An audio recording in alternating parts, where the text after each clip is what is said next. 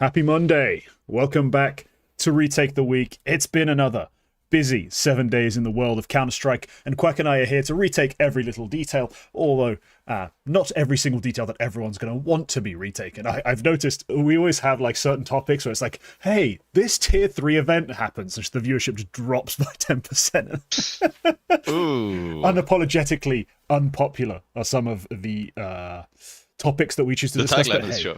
That is true. Apologetically unpopular is the tagline of this show. But yeah, it is Retake the Week. And yeah, we're going to be doing it all. Of course, we're going to talk about Krakow, Krakow, Krakow, whatever the hell the Polish have mandated the pronunciation is now. I don't care enough. So I'm going to say it wrong probably all show long. And that's okay. But before we do get into all of the gory details from these past days, these past events, these past happenings, we've got to thank the people who make this show and my channel special and popular, and that is the members. Now, we do have the members of the Court Honor Roll on screen there for your delight, and also we've got to thank our special Court contributor, XL, for his added donations, his extra contributions.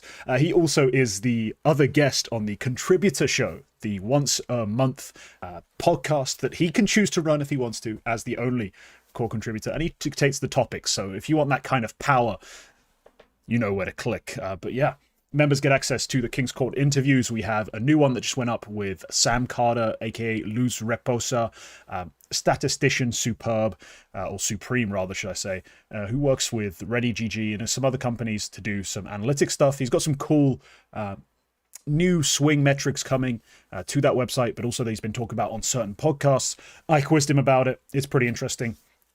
But yeah, there's also shows on there with Frog, formerly of Endpoint, s1mple, of course, the one I always use because it's the most successful one, and a few other notable names. They get access to the behind-the-scenes content, the behind-the-scenes segment that we do every week, and of course, the full VODs for all live streams, not just the ones that are mainstream shows, but also the occasional live stream that I just run to talk about different prospects, do some demo review. They get access to all that good stuff. So yeah, Quack, anything to promote this week?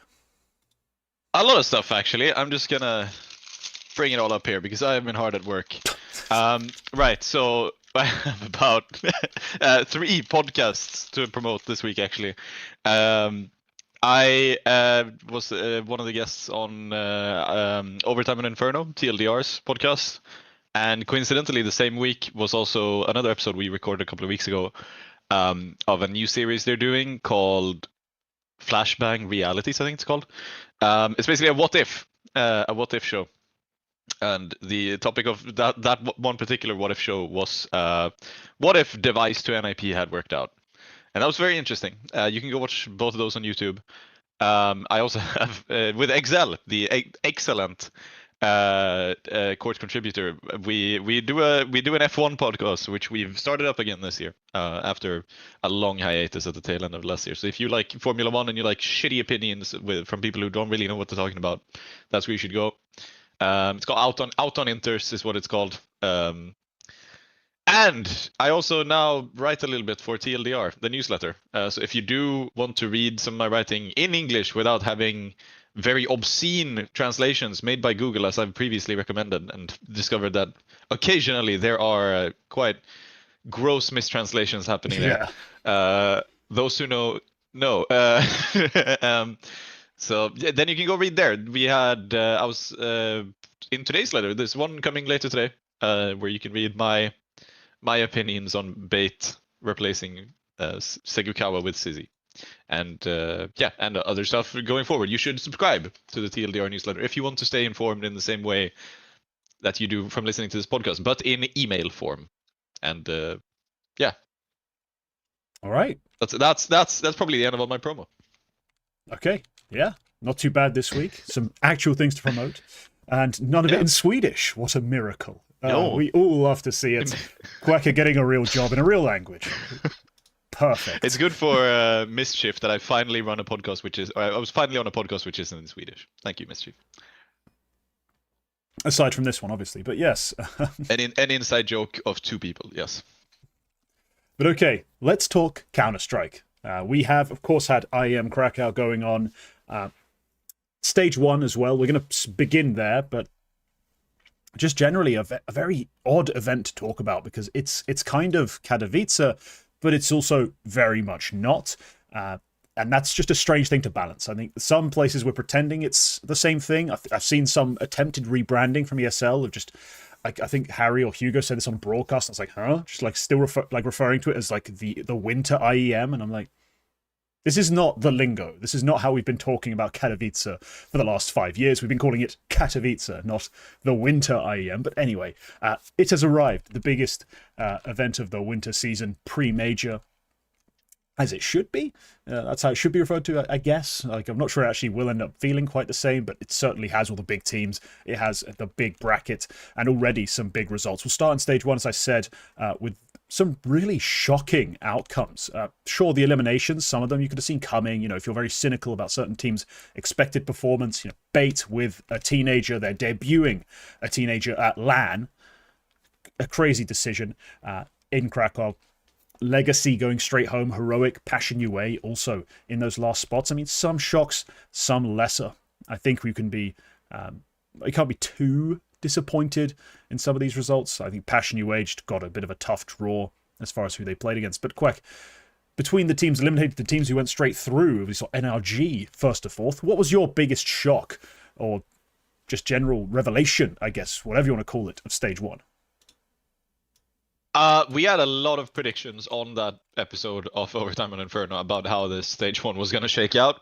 They mostly involved BC Game flopping, NRG flopping, Liquid flopping, NIP being very successful, Heroic being pretty dangerous, Aurora flopping, and most of these things did not come true. Most of the teams that I did just mention performed to the exact opposite than what we predicted. Yeah. So you could say there were quite a lot of shocks. I think, honestly, my biggest shock was that BC Game were able to make it through over NIP in that lower round game of the entire stage, because I thought they were going to be horrible, and it looked like I was correct after the first round. And after the second round, it once again looked like I was correct, because they beat Legacy, but Legacy then completely fucked off, and they got battered by 3D Max. There's no way NIP lose this game, and BC Game win 2-0. Quite comfortably. Yeah. That was quite a shock to me. Just following that storyline briefly, that was genuinely a surprise to me. And they made it through to stage 2 through that. Expectations obviously a bit tempered there, but yeah, the BC Game thing, it's a weird one because coming into it, I also had a lot of reservations. I'd seen them play online. And you remember what happened online. Like, it was an embarrassing pair of losses to some pretty forgettable teams who then themselves didn't exactly thrive and shine and become the next great thing. Like, no, these were just not great teams that just beat them. But yeah, when they go down, was it 11-2 they are? It's 10-2 at the half. They lose Pistol to this Legacy side. It's 11-2, I believe. And I'm just sat there like, I didn't want to be right. I didn't want, the prevailing wisdom to be correct, but it just felt like it was. And then, we saw an insane comeback mounted by a combination of players, but in large part, felt like the juice came from Aragorn and s1mple. Like, I feel like I sometimes get these two Brazilians confused as to which one's playing exactly which position. But on the CT overpass, the guy who was kind of playing Monster, I think it was Aragorn, kind of just had a crazy round early. s1mple had some really iconic looking double kills. And I'm like, oh crap, okay. And they just ran the scoreboard all the way back and then utterly annihilated them on the next map. And that's all well and good, just getting that win over Legacy. But then what really alarmed me, as you correctly pointed out, or shocked me, is the fact that they then go on to beat NIP, who they just seem to be accumulating unexpected losses. Ever since returning to tier 1 play, everyone's, including myself included, just like, oh, NIP are going to be a threat at the major, and they go up 2-0 just to go down 2-3 in devastating fashion. They come into stage 1, we're like, oh, they're going to make the main event. All of us thought they'd make the main event. They got picked on the double swing, and everyone's like, yeah, and the double swing, this is a great underdog pick, a really valuable one. They got picked relatively early as well. Then they go into this BC Game match, and sure, they lose Dust 2. And I'm like, okay, Dust 2 I can forgive and forget. It's whatever. It's their pick. It's a very loosey-goosey open map. s1mple can play some stuff. These Portuguese players can have some comfort, because it's a map they've definitely played a billion times, or even if it's not in officials, at least in pracs and pugs and whatever. So I'm like, whatever. We'll go into Nuke, Snappy's home map. He gets a 6-round T-side, classic Snappy NIP, just outcome. Like they pick Nuke, they get 6 on T-side. Going to the CT half, I expect them to be a well-balanced sort of semi-aggressive team who are going to challenge you in a lot of different places, who are really going to seize control of the map, and if you don't stop them, instantly, they're just going to run over you, and its finish is 13-6. Instead, s1mple Electronic just decide, T-side, we got this, and just dumpstered them. Like, that duo had so much impact on that T-side, dragged. I mean, Materis plays a good Nuke typically, but those two really seized every round by the scruff of the neck and just yanked it to completion. Like, do not take that out of context, but yeah, the real shock for me was how that Nuke ended. Like, I was not expecting a 2-0. I could have forgiven a 2-1 if the third map's like some weird map that NIP weren't entirely prepped on, or it came down to the wire and a simple 1v4 decided it, but it wasn't. It was just Nuke, CT half, not quite there. s1mple Electronic delivered. Yeah. Yeah, it's such a strange game, but I am also thinking, okay, we are talking about NIP. Unexpected losses was their middle name for very many years. And maybe it is just something about the fact that you can't take the NIP out of NIP. You can take the roster out of NIP, but NIP is still NIP. They will still disappoint. It's sort of, I'm getting some deja vu. Speaking of device playing with NIP, I'm getting some deja vu to those times. Looking at some of these recent results of NIP. No, that was a big disappointment. I'm gonna add one thing. Which I was surprised. I was surprised. No, not many people talked about this. Gamer Legion went down in stage 1 after a loss to Aurora in one of the a revenge game from Bounty, you could say. Yeah. Then they beat Heroic, and then against Astralis, I believe it was Astralis in the final game they lost. They got completely annihilated by Astralis in the round 2 game. But yeah, the big shock for Gamer Legion, I'm sure you're getting to, is the fact they beat Heroic. Well, no. The big shock is that I didn't hear. So this was. I saw some people say that Heroic and parts of that Astralis game was some sort of. Not the Astralis game, but that Heroic game was a great performance out of PR, which it was. It was a fine game. I saw a lot of talk about that.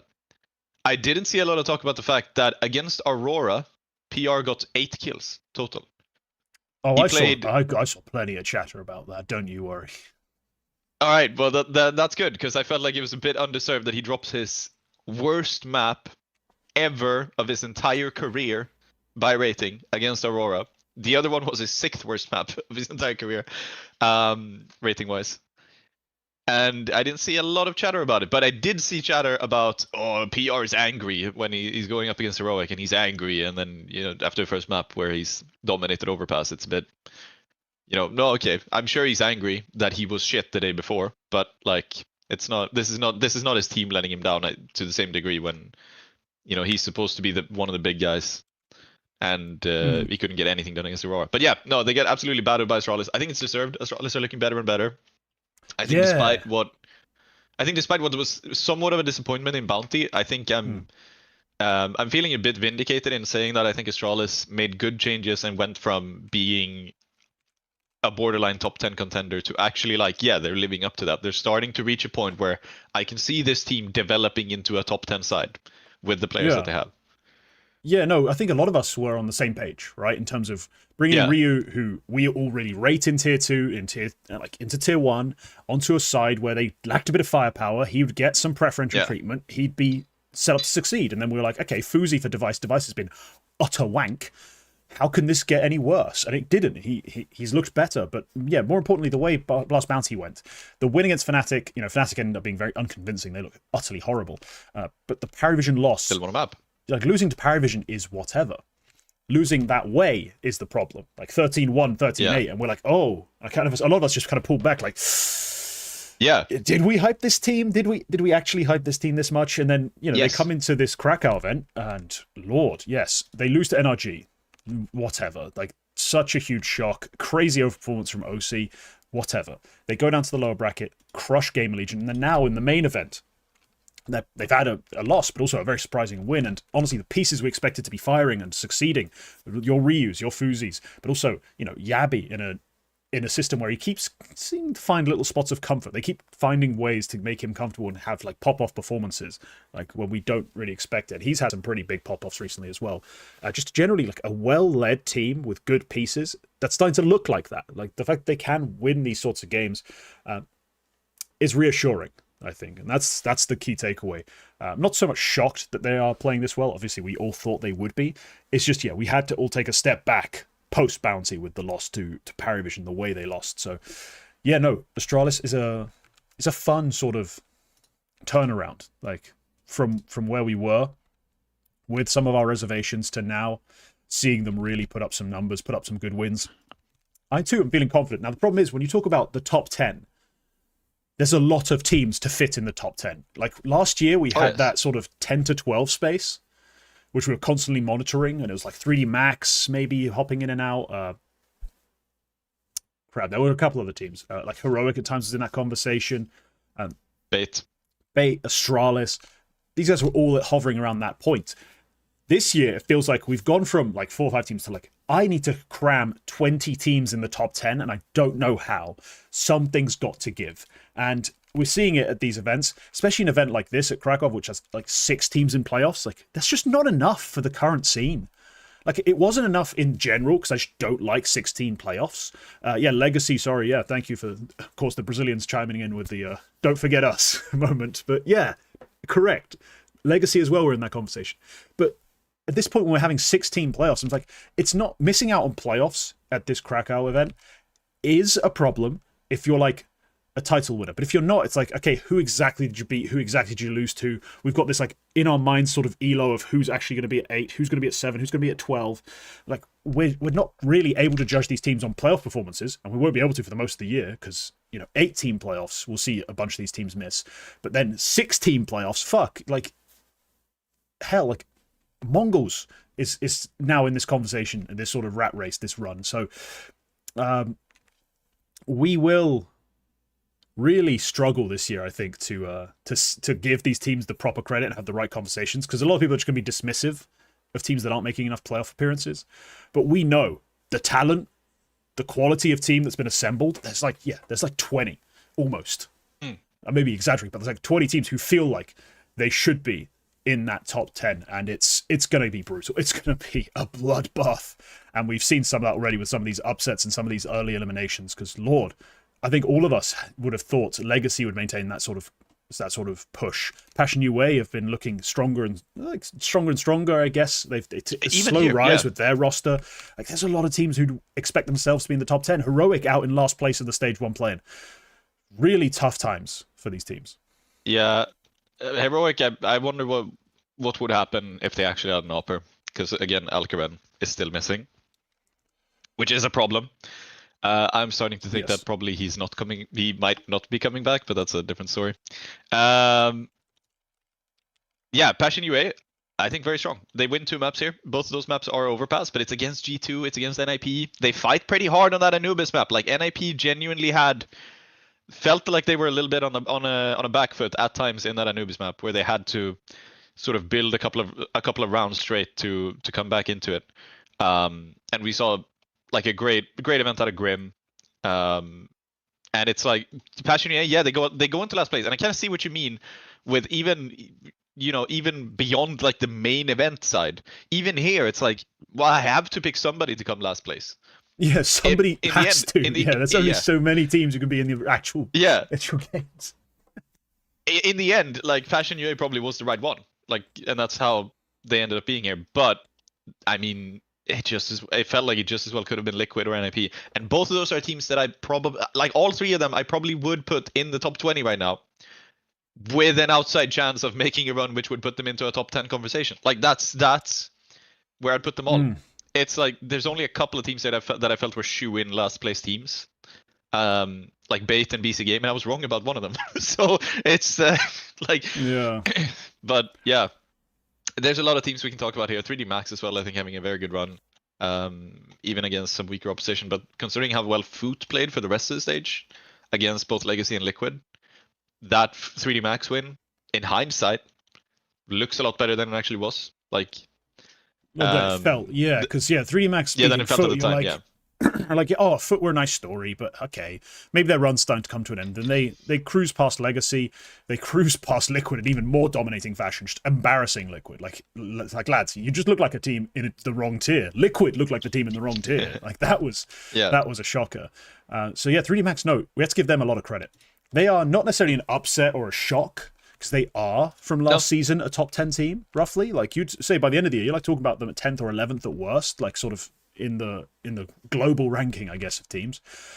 But they've come into the main stage as well and 2-zipped FaZe in a pretty one-sided manner. Like they're a team who are playing fantastically right now.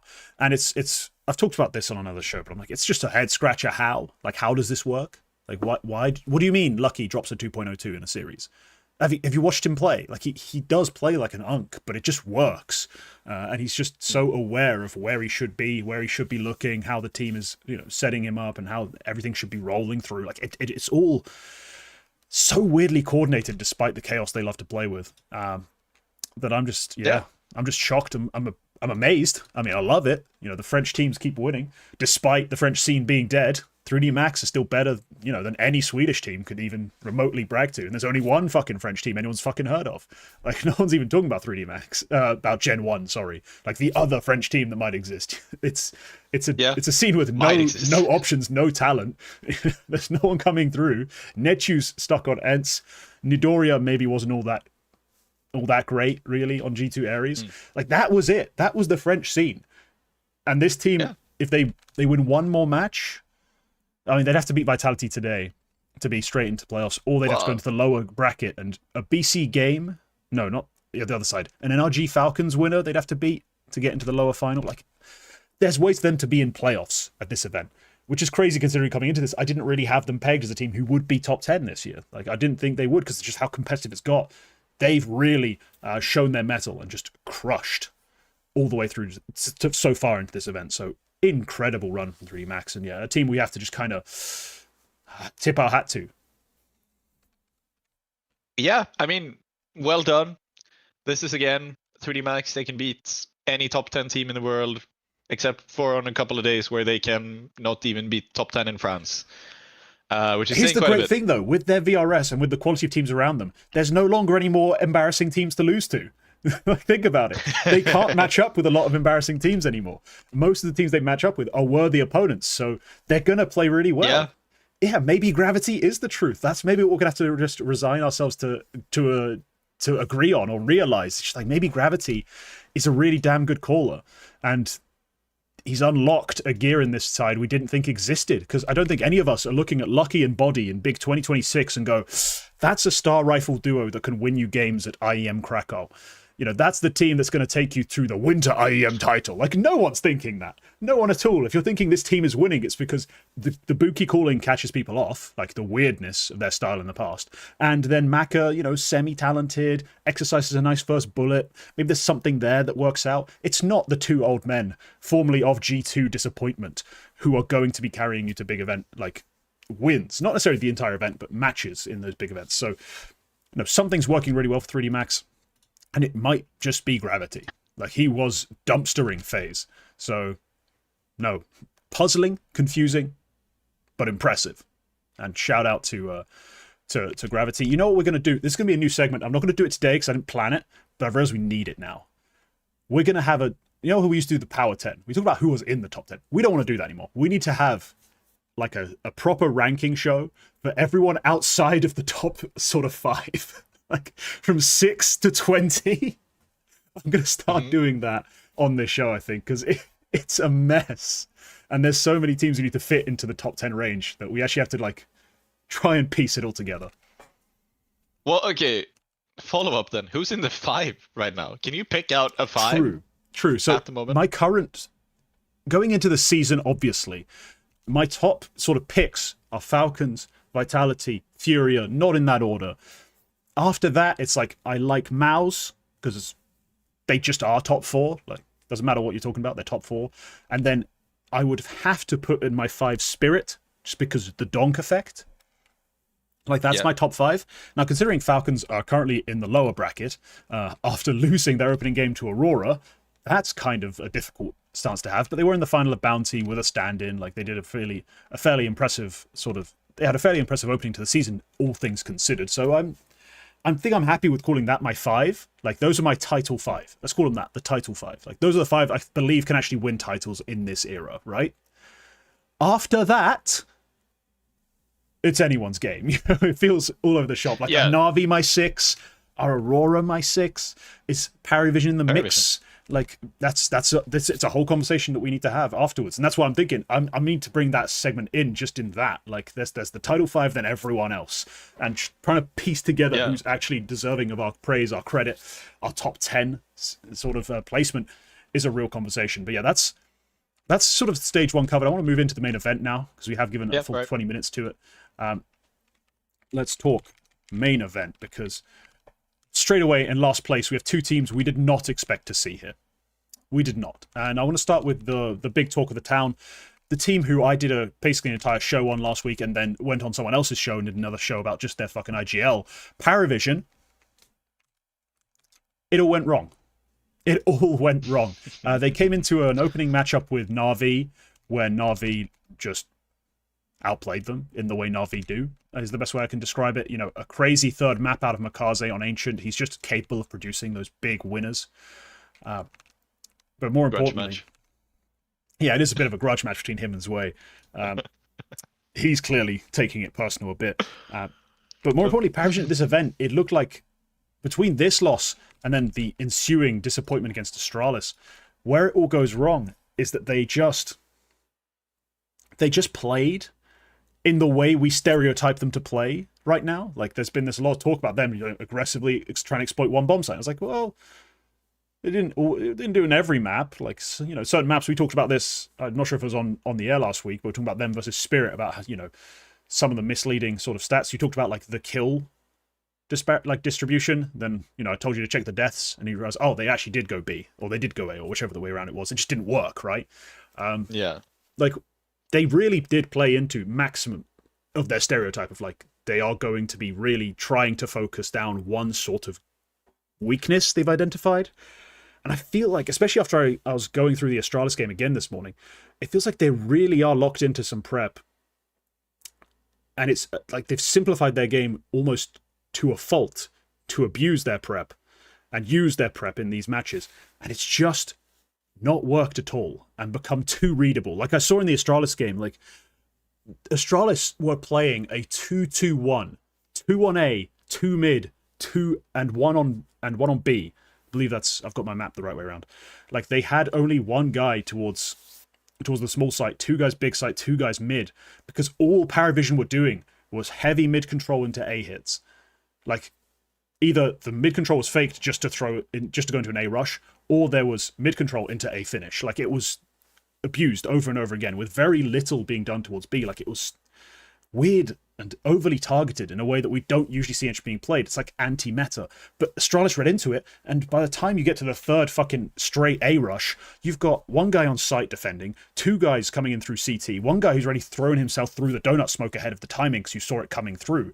Like, it was just untakeable at that point. And especially when one of those guys rotating in as a second point of contact after you've started fighting his anchor, Ryu rotates in, you're fucked. He's too good in that situation. If you give him clean fights rotating out through a smoke that's not popped, like, he's just going to wreck you. And he did. Like, I was baffled by the way Parivision were playing. It's like they took no time to self-assess and realize these tendencies are very exploitable in a way that everyone on every fucking podcast pointed out. Like, this, and this. They're doing this. They're doing that. They're doing this again. People are going to counter at some point. We'll see if James can then adjust his calling and use his mid-rounding a bit more, because he has got, you know, very strong mid-round reads. We always give him that credit. It's how he builds most of his CT sides, is his mid-round read. But they didn't seem aware of their own flaws. I don't know what your takeaway was, but that was kind of mine. That sounds Major-esque. Yeah, to be but honest. Madja, the difference is Madja will, on the maps he picks, Madja, like Anubis, like Train last season, he has really good set XX to get to. It's very, like, there's just never anything else going on. There's no real map control overtaken. These guys were taking map control. It's just there was a clear intent that eventually they were finishing A. Yeah. Madja was Madja on like Train would just hammer BXX over and over again, and it's a good exec, but as soon as you've seen it twice, you can just counter and wreck them. So I was, yeah, it's similar. I understand the vibe, but it wasn't quite the same. Yeah, I get what you mean. Yeah. No, honestly, maybe that's also what a lot of people said, is that Parivision were gonna get found out. That I saw somebody have this taken away. I can't remember who it was. Might have been Maui, who felt that Parivision, like James' style, is very good, but as soon as you stop underestimating a James team, and as soon as you start properly like respecting them and properly prepping against them, they're so easy to counter. That's why James teams fall out of the top level after a while. And somebody had that take immediately after Bounty, and honestly, the way you're describing it sounds like that might be true. Like, it sounds like maybe at this point, James is getting the time of day. He's getting proper respect from his opponents, and that means that he runs out of ideas in a way. I'm not sure it's that. I think because the problem is they do change over time. Like we've talked about how the James style has gone from uber slow to having more pace, and we saw it in those like critical maps of Ancient that they lost. It's just that, yeah, they never. I think they've reached a weird point where they've not tried to really play enough into the slow rounds. Like, it's weird. Like, they needed more slow rounds. They needed to work more map control and be a little more extreme with it in the way that James used to be a long time ago, where he was really extreme with the pacing and the feeling things out and playing a little more off his call. There seems to be a lot more reliance on the prep and what they've prepped and seen as the weakness, and a little less of the vibe and the understanding he might have of the opponent or the feeling he gets from an opponent. But that sort of thing on the Ancient, they won, for example, against I think there was an Ancient map in the grand final against Falcons. Like, James had a good read of the situation. He was able to use himself in a half lurk capacity and make rotations and things. Here it just nothing. There was just nothing. So I do think they leaned away from it, and that's what created this problem. Yeah. Yeah. Let's talk about this Mongolz side, because my word, they've matched up with the other most disappointing team in sort of the very highest echelon, because we had that title winning estimation of Mongolz last year. Furia had all those wins. The fact that they meet each other in the lower stage, especially after Furia played Foot, was a surprise to some, not to me. Go watch the double swing, Krakow main event preview. Had it all planned out, had it all seen. I had G2 and Foot as my underdogs. But anyway, the Furia Mongolz matchup was a chance for Mongolz to really be like, okay, we lost the star player, a big name, a top 20 guy, but we're fine. We've got Blitz, we've got Mara, and we sign another talented player. And they win the Mirage. And at that point, I'm thinking, okay, you picked it close. Let's see how Inferno goes. Inferno, they lose in OT, and it's devastating. Like, it's a bit of a choke. It's a bit of a choke, the fact that they can't get that nuke Inferno 1 rather. And then you see the telltale we mentally broke down sort of manifest when they go onto nuke and just get utterly crushed. Like, you choked. It's not that the other team played really well and it's just a tight game, whatever you felt in it. No, your mental left you when you let those rounds slip on Inferno, and then nuke was just awful. I mean, God, how can they not have played any? I've never seen this team play this horribly on a nuke T side. Like, just. I don't see them play a lot of nuke, really, in my head. I'm just thinking about it, but they just had nothing going for them. And Yekindar, it felt like old Yekindar we used to talk about, where it's like, oh, Yekindar did a bunch of dumb, aggressive shit, and it just worked. The Yekindar tried stuff, and it worked. And Mongolz had no answer. No individual stepped up. The game plan wasn't there. In every way, this sort of game could have gone wrong. it did, and they go out in really embarrassing fashion in the end. Like, this is not the end for Mongolz. You know, we did say they won the first map. They should have won the second. It should have been a 2-0. Furia should be in this position, getting crucified. Instead, they've gone home in last place. I still think there's potential for this team. I still have a good feeling about them. Eventually, it's just this was a shocking underperformance from them.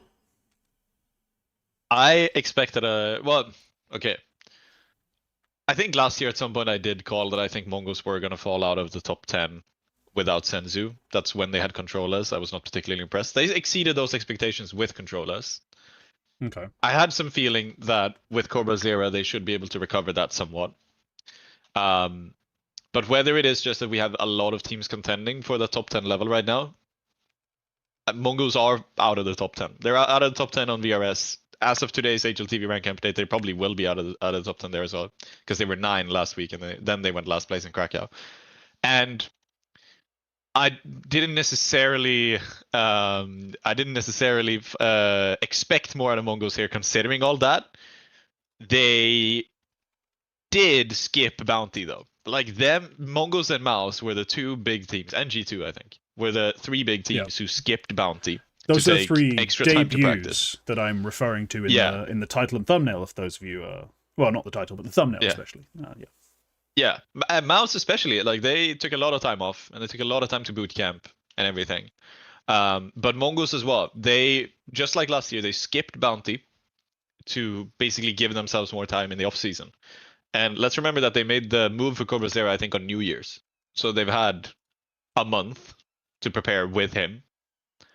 And they still disappoint. And I get that they're playing against G2, who, again, probably at this point might be the best off out of the 3, but it might just be because they have the most amount of playtime so far in Krakow.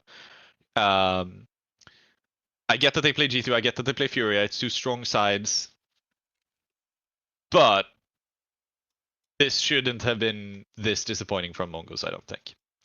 So I'm not overly optimistic for the rest of the season at this point. I think they could recover.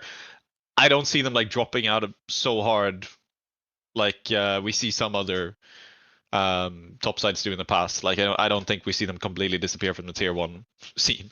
But I'm not sure I have them contending for, let's say, a major playoff in Cologne. I'm not sure I have them contending for that. At this point, if I project how I think the rest of the season is going to go for them, I wouldn't put them top 8 in the upcoming major. So, yeah, it's hard because I've seen a lot of Cobra Zero demos. Basically, this is going to be a Kingt loves the way this demo looks, so he's going to cope and seethe until it comes true, or just quietly regress and pretend nothing happened. The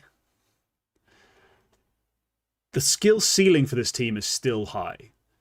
They are still going to have a lot of potential to make runs happen, just almost entirely based on the fact that they can just hit headshots. Like Mazinho, Techno, Blitz, Cobra Zero. If a game devolves a bit into sort of a fragging matchup, like just a death match, that team can win games. That team can really turn the odds and turn the tables in terms of 3v5s. 3-on-4s, like 1vx's, like they can really surpass what their game plan shows sometimes. But we need that game plan to be working. Blitz, Mara need to be on top of things. They also need to be, I think, keeping the players on the same page, because they're a young rosters. Like they are a very young team, and they do need that extra sort of guidance and that helping hand to keep them steady. And they clearly lost it in the final maps or the final moments of this elimination. So yeah, I'm still optimistic. I don't think they're going to be. I don't think by the time we get to the major, we'll be talking about them as being guaranteed playoff misses and like just a disappointing season. How can they turn things around? I think there's a good chance we're talking about them as another one of the threatening sort of top 8 teams in the 5 to 20 range. Maybe in the upper echelons of that 5 to 20 range. They're just not. Yeah, currently it's a bad start. It's a bad look. It's a terrible flop, but I do think, again, they're a bit of mental fortitude away from being 2-0 victors over Furia and playing in that matchup with Na'Vi, which at that point still feels very winnable. So yeah, that's sort of my takeaway for the Mongols. The other last place team, as we talked about, was Parivision, but we've had some other teams lose that we maybe weren't expecting, or some games that didn't go quite the way we thought they would. Quack, do you want to take your pick? Like, is there a game that let you down, or a team that let you down? Is there something that stood out to you? I mean, look, Foot Furia, obviously, I think a lot of people expect a lot more out of Furia. Hearing the headline for Yekindar's HLTV interview being, "We never thought we were at the same level as Vitality." Don't worry, none of us did either. Well, they surpassed them. Both the rankings thought so, considering they surpassed them at one point last season. But yeah, but that's not really what he means, though, is it? Like, he means... No, I get what he means. But like, I would have expected a little bit more than up against Foot in particular. But I think FaZe just keep falling. It's very fast. Yeah. Terminal velocity, winning 9 rounds over 2 maps against 3D Max. This is exactly the kind of team that I think should be able to break through 3D Max relatively consistently. Like, because you have the star power, you have Frozen and Twists, who probably should be able to just break through in that sense, but they don't. They just didn't. I did hear there was some stuff about Twists having a horrible experience. Maybe that's why he's the worst player on FaZe by rating. Yeah. There was something about some config shit that he was gaslit into. The quick summary that I understood of the story is that he was told he was having some performance issues. He complained to the admins and to the event in general. They said, "It's your config." And then he said, "Please, no, it's not my config. What the fuck do you mean?"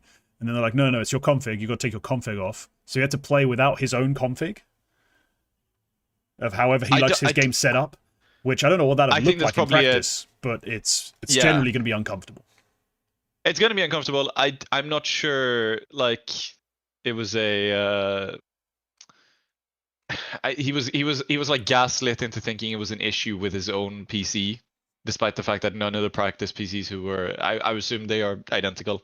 He didn't have this issue anywhere else. It was just on the game PCs. And well, I say that he was gaslighting. That's what he said. He said that the admins were basically like, "Nah, this is a you issue." Yeah, I think there's actual. Didn't I see some text logs? Am I going crazy? Yes, he wrote it in some Discord server somewhere. Oh, okay, so it's not actually a back and forth. Yes, I remember now. You're correct. No, it's just him explaining the story from his side. That's it. Which was posted by Polulp with a funny funny caption. No, it's this is yeah.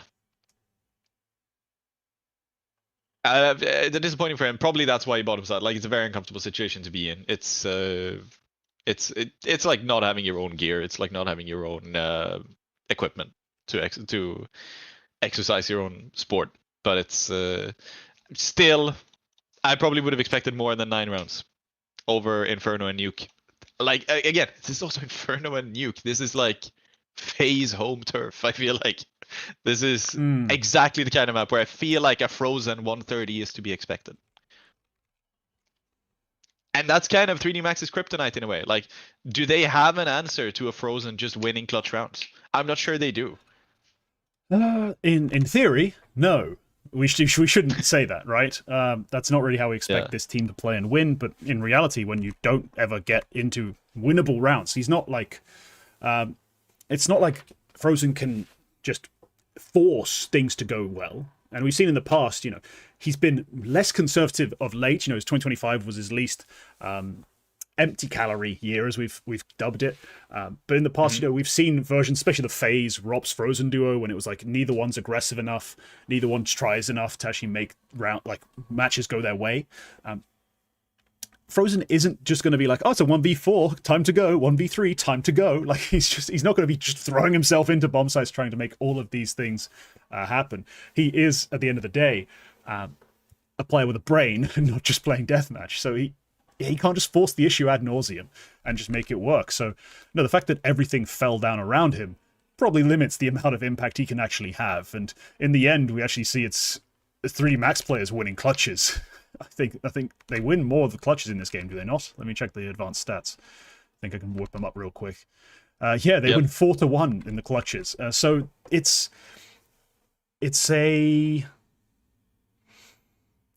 it's an interesting position that FaZe find themselves in, where I and many others still believe in Twists and Frozen's ability to just pull this team out the doldrums. Like, those two, with their firepower, their fragging, should be able to just secure their sort of standing somewhere within the top 10. This is the theme of the episode, though. That's just not a thing you can guarantee right now. There's too many talented teams, too many good teams, and even though you do maybe have, like, the best rifle duo outside of, like, Spirit, maybe a couple others. Falcon's a clear example of a team you could say in that conversation. It's not enough when they have a terrible AWPer, a terrible caller who's just behind the game, like he's just calling from the back foot the entire time against 3D Max, and then a rifler in Jacob who's shown flashes of potential, but realistically is far from a finished product elite. Like, we can't call them a star trio. So I actually find this FaZe like position very worrying. Like, the top 10 is now too loaded for them to coast through an entire season and then just be good at the major, or until they fluke a playoff appearance and then can just, FaZe bullshit their way through. This BC game today at 3:30 is their season, in my opinion. Like, this is a determining factor for how we see them going forward. If they lose to BC game today and go straight home as well in last place, I'm finally ready to tap out. I've been one of the last people clinging on to this team.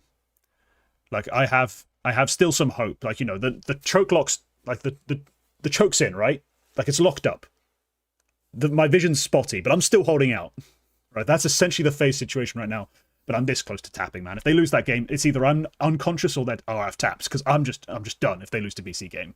So we'll see how it goes. Thank you for enduring that very twisted and terrible metaphor about mixed martial arts. But anyway, I'm this close, man. I'm this close. I'm at the end of my rope. Game of the day. FaZe based. It is the game of the day. It's s1mple versus FaZe. It's going to be the game of the day. It's going to be the most watched. Let's move on to a successful team. A team who actually won their game. G2.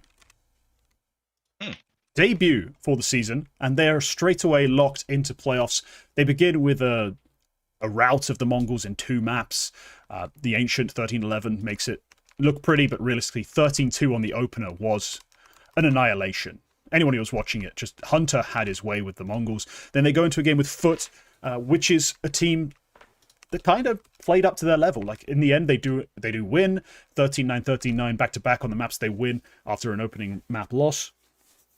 But they finally, after the Mongolz crush, they finally faced a team who looked like on their level. So I am interested now in this G2 side again, because what I've seen and what a lot of people have noticed, but is quite apparent, is that they have tuned out, not completely, but some of the Malbs craziness, because some of the variants that came with their play last year was predicated on the fact that they played a lot of games 4v5. Like, Malbs MD takes opening loss after opening loss, and it just ends in a very sort of messy mid-round into a Heavy God clutch attempt, maybe something like that, like Heavy God Sampires 2v4, and it's just awkward. They seem to have turned that down by just bringing a bit more of like Hunter's instinct and feel, like he's probing, he's going for openers, he's taking a lot more initiative. And that way, they've managed to get better balance and just a better looking T-side especially. Heavy God as well, having a fantastic game against Foot, really helps them bring it through. I'm just very excited for this new look that G2 are kind of showing us. It is a little bit, there's a bit of wishy-washiness to it with the Hunter fragging. Hunter fragging out to beat the Mongolz. I'm not sure how much that's going to repeat, but he looks more comfortable and he looks like he's playing off his own sort of, off himself, right? He's calling a bit more around himself. He's trying a little more stuff. He's being a Kovac, essentially, and it's kind of worked for them so far. So what's been your big takeaway from this G2 run? Back-to-back wins, straight into playoffs with a decider against Spirit. Doesn't matter if they win it or not. Playoff berth for them in this era, this period. Fantastic. I'm genuinely surprised. They felt like they went up and down a bit in the fall season, where they They had a big event win where things sort of clicked for them. They had a good performance out of both Mattis and Heavy God, and better than horrible performance out of the rest of them, which helped them win Blast Open. Then they sort of stagnated a bit again. We started seeing some issues out of Mobs in particular. Is the guy we're all looking at as probably the bigger underperformer on this team. He's the biggest. He was the most consistent underperformance. There were flashes of bad play basically from Mattis as well, and some players never really beat the allegations. But the most noticeable one when you watched the G2 matches was MD just struggling. Yeah, so they made 0 changes over the offseason, and they've just seemingly worked a lot over the offseason with also skipping Bounty. Noteworthy.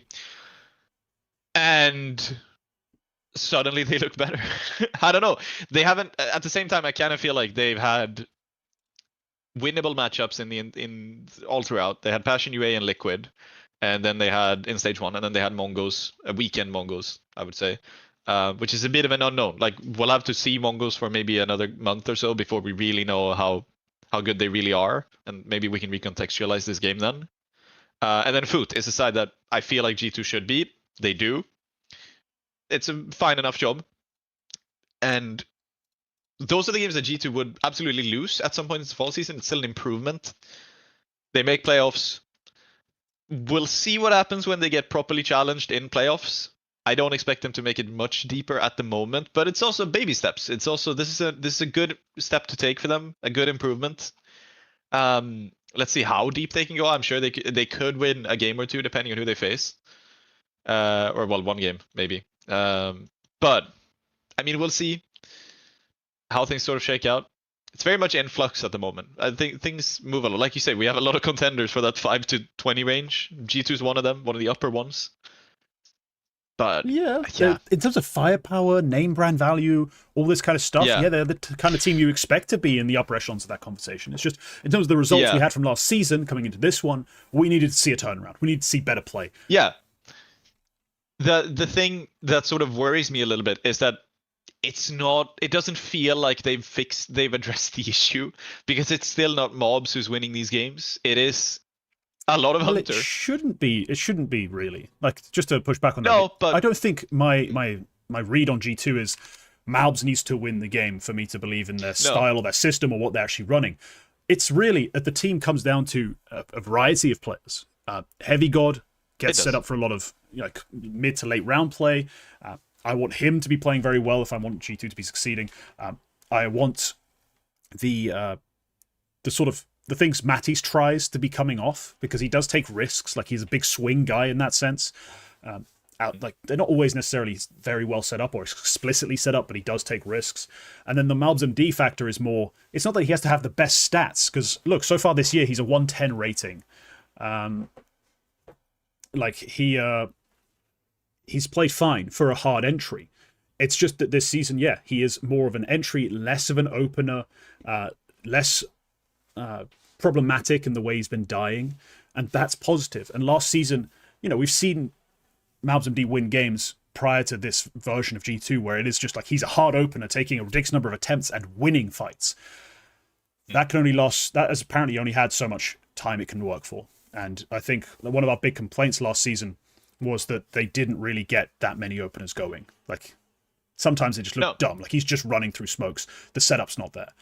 They've addressed it. I specifically called out sooooo, actually, in one of the first episodes we did this year. I'm not sure if it was in Retake the Week or the Double Swing or whatever. I specifically said sooooo has to take a look at what's been going on this T side and just kind of change it, like fix it. Like, it's been dire. And s1mple has been spamming the stats in the chat. I actually was looking them up out of curiosity as well. They do lead. I'm not sure if they lead the entire event. Maybe Astralis are matching them in terms of T side flash assist rate. But their flash assist rates are insane through these two stages. A 0.41 on the T side in stage 1 and 0.57 in the main event, which is main event leading. So absolutely insane flash assist numbers right now. That will come down, and we'll see how they play. But so far, very promising start. I'm very interested in watching this G2 side again, because something I gave credit to s1mple for in a conversation with, I think this was with Ted and Thorin and Overcommed, or it was on the double swing. Either way, bloody hell, just watch all my shows, please, if you want to figure out exactly when I say everything. Just watch everything, like everything, and watch it for the entire duration as well. I was saying that, yeah, s1mple, whilst I have problems with his inability to win games for G2, like I still don't think he's been a star AWPer in that sense. He has been safe, and he hasn't lost them a lot of games. And that to be like kind of begrudgingly, he's not going for anything too extreme. He's not losing a lot of matches outright. So this season, they've addressed the key problems. s1mple has had a good map or two. Like he had a good series against the Mongolz, to be fair. But most importantly, he was never the key piece at fault when G2 was struggling. Their game plan was based around their riflers. The riflers, in varying capacities, weren't delivering. It's looking a lot stronger now. G2 are in playoffs. What a crazy start to the year. Yeah. One thing about s1mple, so far in this event, his CT side is 0.99, which is a little bit worrying for an AWPer, I feel like. It's once again, I'd like to see more out of him. He's got a couple of really good games in the main event, but it's also the sample size is small. I don't know. It just feels like when I think about this G2 lineup, I feel like this is the performance distribution we should have. It should be like this, should be like this. And right now they're winning, but it doesn't really match the expected behavior. And to me, I'm wondering, is it sustainable then? Like, how much more out of this level can you get from Hunter, and what happens when that stops? What happens if s1mple, you know, doesn't really live up to where a, let's say, top 5 side AWPer should be? Then what happens then? So yeah, they've improved, but it's baby steps. Like I said, like there's still time to do this. It's still a net positive. It's still something I'm kind of excited to see in playoffs, in the more high pressure games against better opponents. But yeah, I'm going to worry first about the general systemic problems, and then we'll focusing on the nitty gritty of who's fragging. I think next. That's the next step. But for now, just positive. Just positive. I'm just positive. Let's talk about now the big matchup that didn't deliver in any way. Vitality BC game. We had to touch on it at some point. God, what a flop. As far as we expected Vitality to win, right? There was no two ways about it. We expected the team who have been together for longer, who won, like, fucking, I always get the number wrong. Is it 8 or 9 events last year? Whatever it was. I think 7 it was 9. in a row, 8 total, I think. No, because they won 2 in the second season, so 9. Oh, then it's because Pro League. Yeah, they had 8 going into Budapest. Yeah, so 9 event wins, right? So they are expected to beat BC Game, who are s1mple, electronic, and the core of sooooo. Like, it's the furthest thing from a 9 event, winner. But still, we hoped we'd get a few more fireworks. And firstly, of course, ZywOo, very few fireworks on his side at all. And s1mple had a great overpass map statistically. Like, he had a 130 rating, he had some impact. But in general, we came into that thing expecting it'd be like a heavyweight boxing match between those two, just slugging it out. And instead it was just like, okay, Vitality are the better team. FlameZ had some decent rounds again. Like, FlameZ's had a really good start to the year. ... But this is not all we came for. Like, if I bought this pay-per-view, right, I'd have left disappointed. Like, this is supposed to be some huge bout between these monsters, and maybe we're at fault for expecting that as a community, and I'm projecting my expectations onto the communities, but whenever that part of my brain activates, I know the rest of the community's brain activated too. Like, everyone else was just like, oh, s1mple versus ZywOo, s1mple versus ZywOo. Like, super excited, like Santa came. Like, that's the sort of thing, like, we're all feeling, we're all very hyped in this moment. It doesn't really deliver. So I guess just to touch on it, a bit of a flop. Yeah, it was exciting. It was the first time the two faced off for about 2.5 years.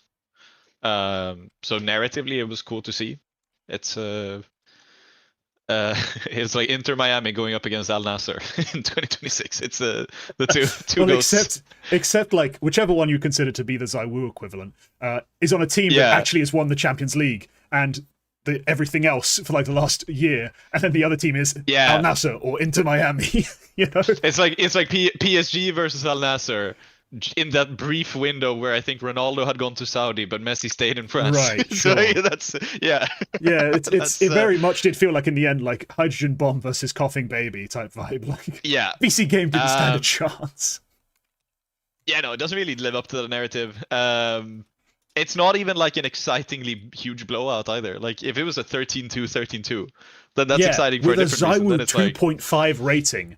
Like imagine, right? Like it's not even like we got one of the guys utterly crushing the other. ZywOo was just there. He wasn't even the win condition for Vitality. It's No. so disappointing. Every time ZywOo has a 14, 10, chance 15, to 8, really like shift the aura narrative and vibe into his favor, it's just like, nah. Major final, I'm gonna have one good map. You know? He just doesn't pull it off. No, he just does not. No, yeah, the op head-to-head between s1mple and ZywOo was 2-2. Like great. Fucking yeah. Yeah. Like yeah, shame for such an exciting matchup. Maybe it was affected by s1mple's Kompot incident the night before. Which was funny. And maybe it was affected by Krakow having the worst air quality index in the world. It's the most polluted city in the world, apparently. Yeah, I was amused so- by that. I saw that top 10 list and I started laughing because I was like, basically, I saw some of the order of the cities in some of them and I was like, God damn. How did you manage to outperform some of these for air quality? Like, what's going on in Krakow? Like, what are y'all doing? Yeah, just fucking up. Yeah, shame. What could have been a banger series with, like, to be honest, we never saw BC Game winning, obviously, but it would have been, without taking too much away from Vitality, it would have been fun to see them win Dust 2. Just BC Game take the lead. And then obviously lose 1-2, but like that would have been fun. It would have been fun to see, and No, there's probably a bunch good of for ways BC it Game could as have well. been fun, right? There's a bunch in there that could have been fun, but like instead, what we got was the worst possible outcome. You know, we got the one-sided win for Vitality. ZywOo's forgettable, s1mple. Sure, he has a decent-ish overpass, but no one's talking about the iconic, s1mple hard carry overpass performance that reignited the fire in all. No one's fucking talking about that at all. Like, we saw some great shit out of s1mple in stage 1, like that overpass on stage 1. Like, that was pretty dope. But this was a flop. So, yeah, thanks for nothing, I guess. ZywOo and s1mple. I mean, the goats. I think it was a bit too literal in that one. Like, it did look like people with hooves were using the mouse and keyboard relative to what we expected to actually happen.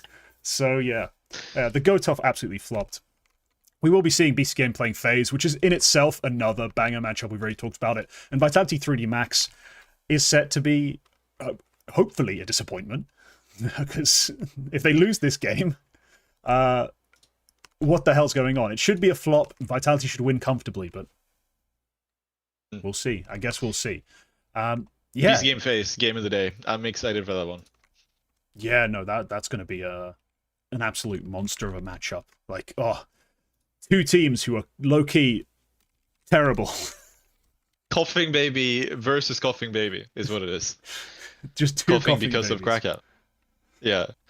Yeah. Let's talk about now just the final team that I think desperately needs attention. Spirit. They're in playoffs. They're facing G2 on Tuesday in the decider matchup or whatever. But they come in, they 2-0 Astralis after an overtime on Dust 2. And then they 2-0 Na'Vi after an overtime on Mirage. Firstly, of course, they maintain their series advantage, or their endless series dominance, really, against Na'Vi, which is getting to the point of just being embarrassing. Like it was funny, then it was interesting, then it was funny again, and now it's just kind of shocking that Na'Vi are just unable to overcome the Donk firepower. And I think the other quite important narrative, Donk with, I think, is he still using the mouse he used in Bounty? Because whatever's happened between those two events, it's worked. He's dropped a 161, then a 165 in the two series he's played. So, yeah, Quack, takeaways from Spirit's start at Krakow. Well done. They look better, I think. It's you're always going to look good when you're playing with Donk, obviously. I think they've got a little bit of a better level out of some of their other players. Tinier pulling up a pretty decent level against Astralis, and Magic's putting up a decent level in both games actually, individually. This is maybe what I sort of expected out of this change somewhat with Chopper and Magix, that Magix can have a slightly higher frequency of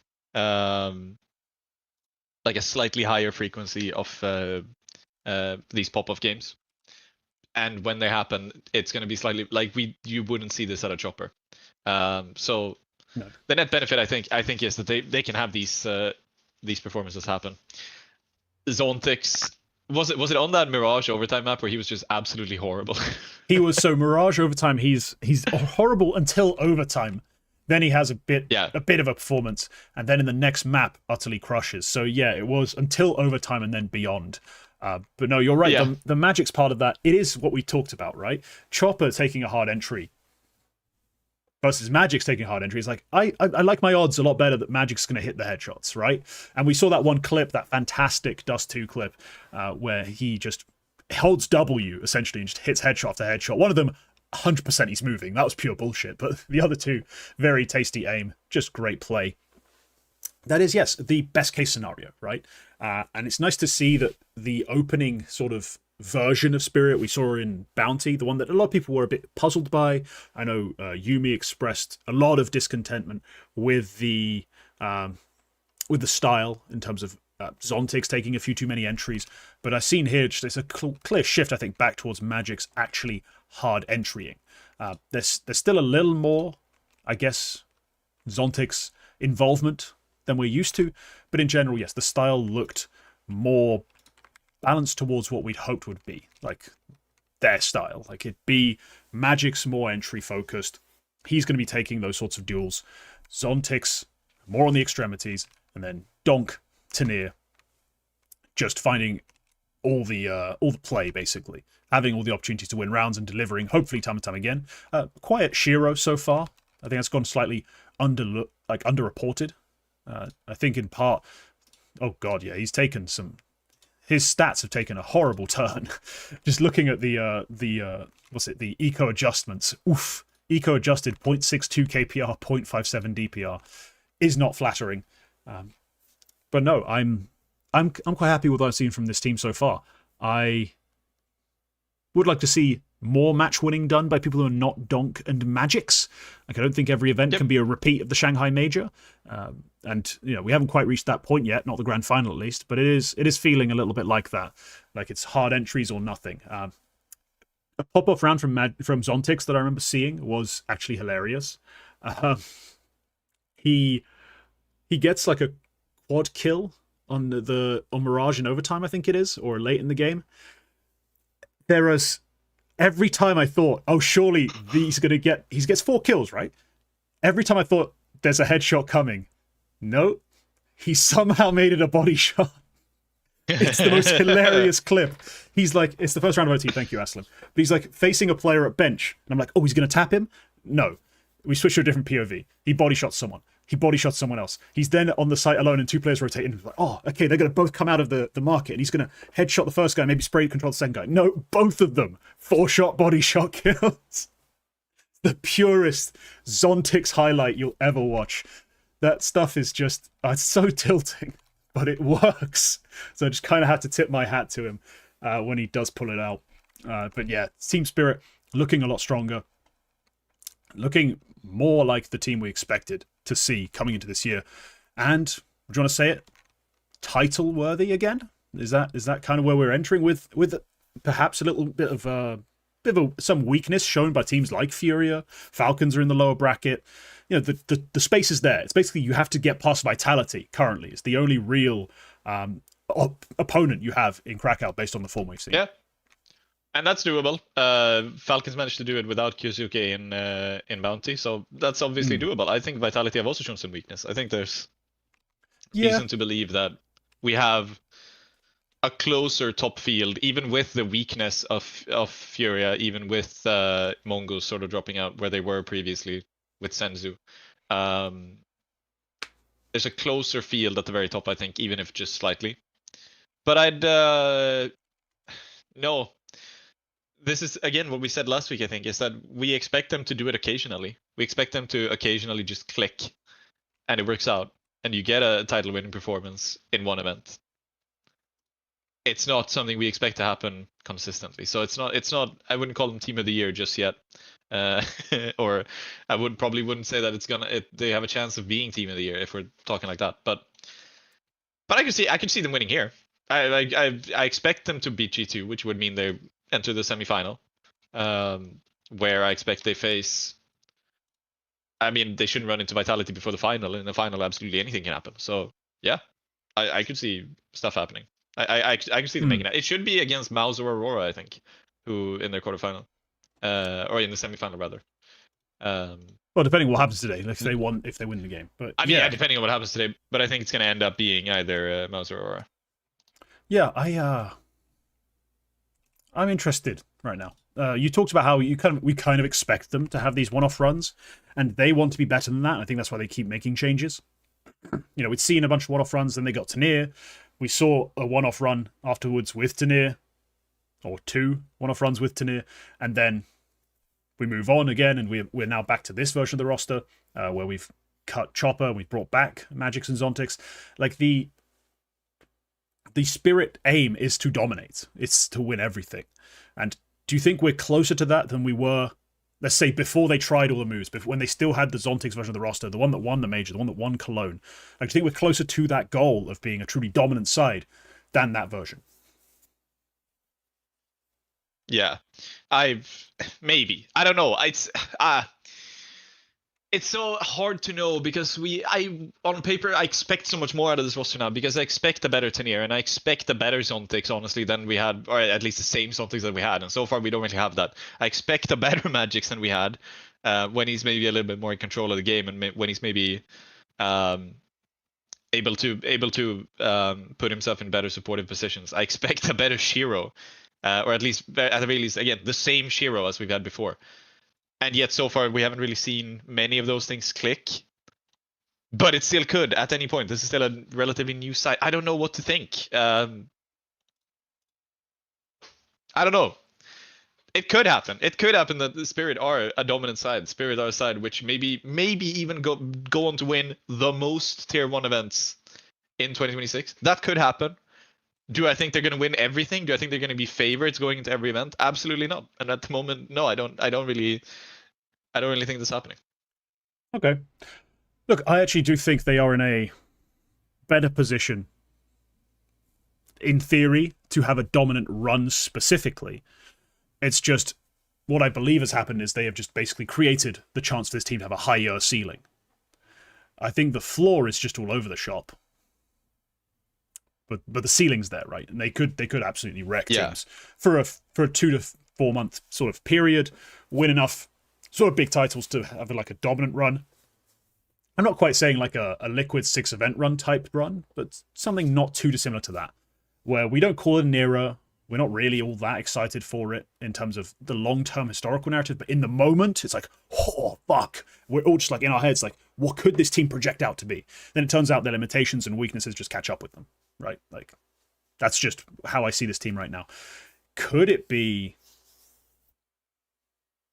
like, you know, harnessed eventually? They fix the floor, they make it so that this team is just finds an average level that is like Vitality-esque from last year? I don't think it's impossible, but I'm still finding it hard to believe in terms of the Magic's part of this, especially the calling and everything else. Yeah, I think that's where it ends up. Is as much as Chopper maybe wasn't contributing that much. As much as Chopper is the worst IGL to have ever called in Russian, according to the community. Yes. Magix isn't an IGL, and that's probably still going to be slightly worse. It is still. And in the end, I think some would agree that maybe it wasn't even a Chopper or Magix issue at all, or rather not one that you fix by replacing the either two of them. Maybe it's a Halley issue, and maybe it's as some would have it instead. Maybe it's a bigger issue, symptomatic of the entire team and its greater leadership rather than just the one guy calling the shots. So we'll have to see anyway. I just want to, now that we are talking about title contenders, because by next week we are going to have a winner, and I know you have a double swing probably already recorded about all this. Who do you think wins the event?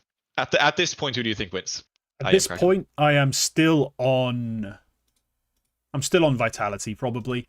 Like, it's hard for me to pick someone else right now, just because, like, I picked two favorites, right? In the double swing we did Saturday morning. I had Falcons as a favorite. I had Mongolz as a favorite. Both as very tactical, sort of, I'm going to make the points type of picks, not necessarily, I 100% guarantee this team's going to win the event. Like, I think I had the third pick. No, did I have the first pick and I went with G2, like a nutcase? Maybe. But I just didn't feel that convinced by anyone in particular. Outside of potentially the guarantee of Vitality, just do it. But even then, the bounty run wasn't too good. I didn't like how slumberful they looked. I was like, I think I've got some value in the underdog. So essentially, going into the event, I wasn't too confident in any one. Right now, the only person that you can really have any confidence left in is Vitality. So I'm going to pick them as my team to win it. We'll see how the Vitality 3D Max game goes in an hour.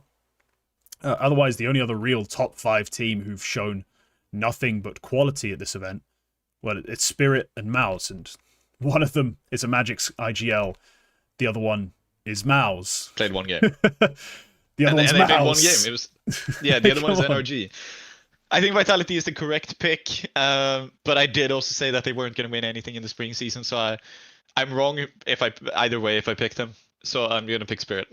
Okay. I can see it. Like I said, I think Spirit end up in the final. I think with the weakness that is in the other group, and the weakness that is in their own lower bracket, they're facing anybody but Vitality in that semifinal if they beat G2 today. And they can beat all of them. Like, Falcons lost to Aurora, then they can lose to Spirit. Mongolz, Aurora, I think both are weak enough where Spirit probably should beat them. On the off chance we get like a phase run out of the other group's lower bracket, very off chance, obviously winnable for Spirit. Navi, Furia, even if we get like a Foot or Astralis, obviously winnable for Spirit. And I think Furia might be the biggest challenger out of that lower bracket. And Spirit, at the moment, how Furia looking, I think Spirit should win it. So I'm going to take Spirit because I think they will be in the final. It's going to be up to if Vitality make it to the other side, I think. But I'm just going to take them for that. Okay. Yeah, it's not really that clear right now. We don't feel too convinced by any one team, really. It's just the takeaway. But as we said, yeah, it's just tough. Start of the season, we had one bounty, which apparently everyone takes as prac.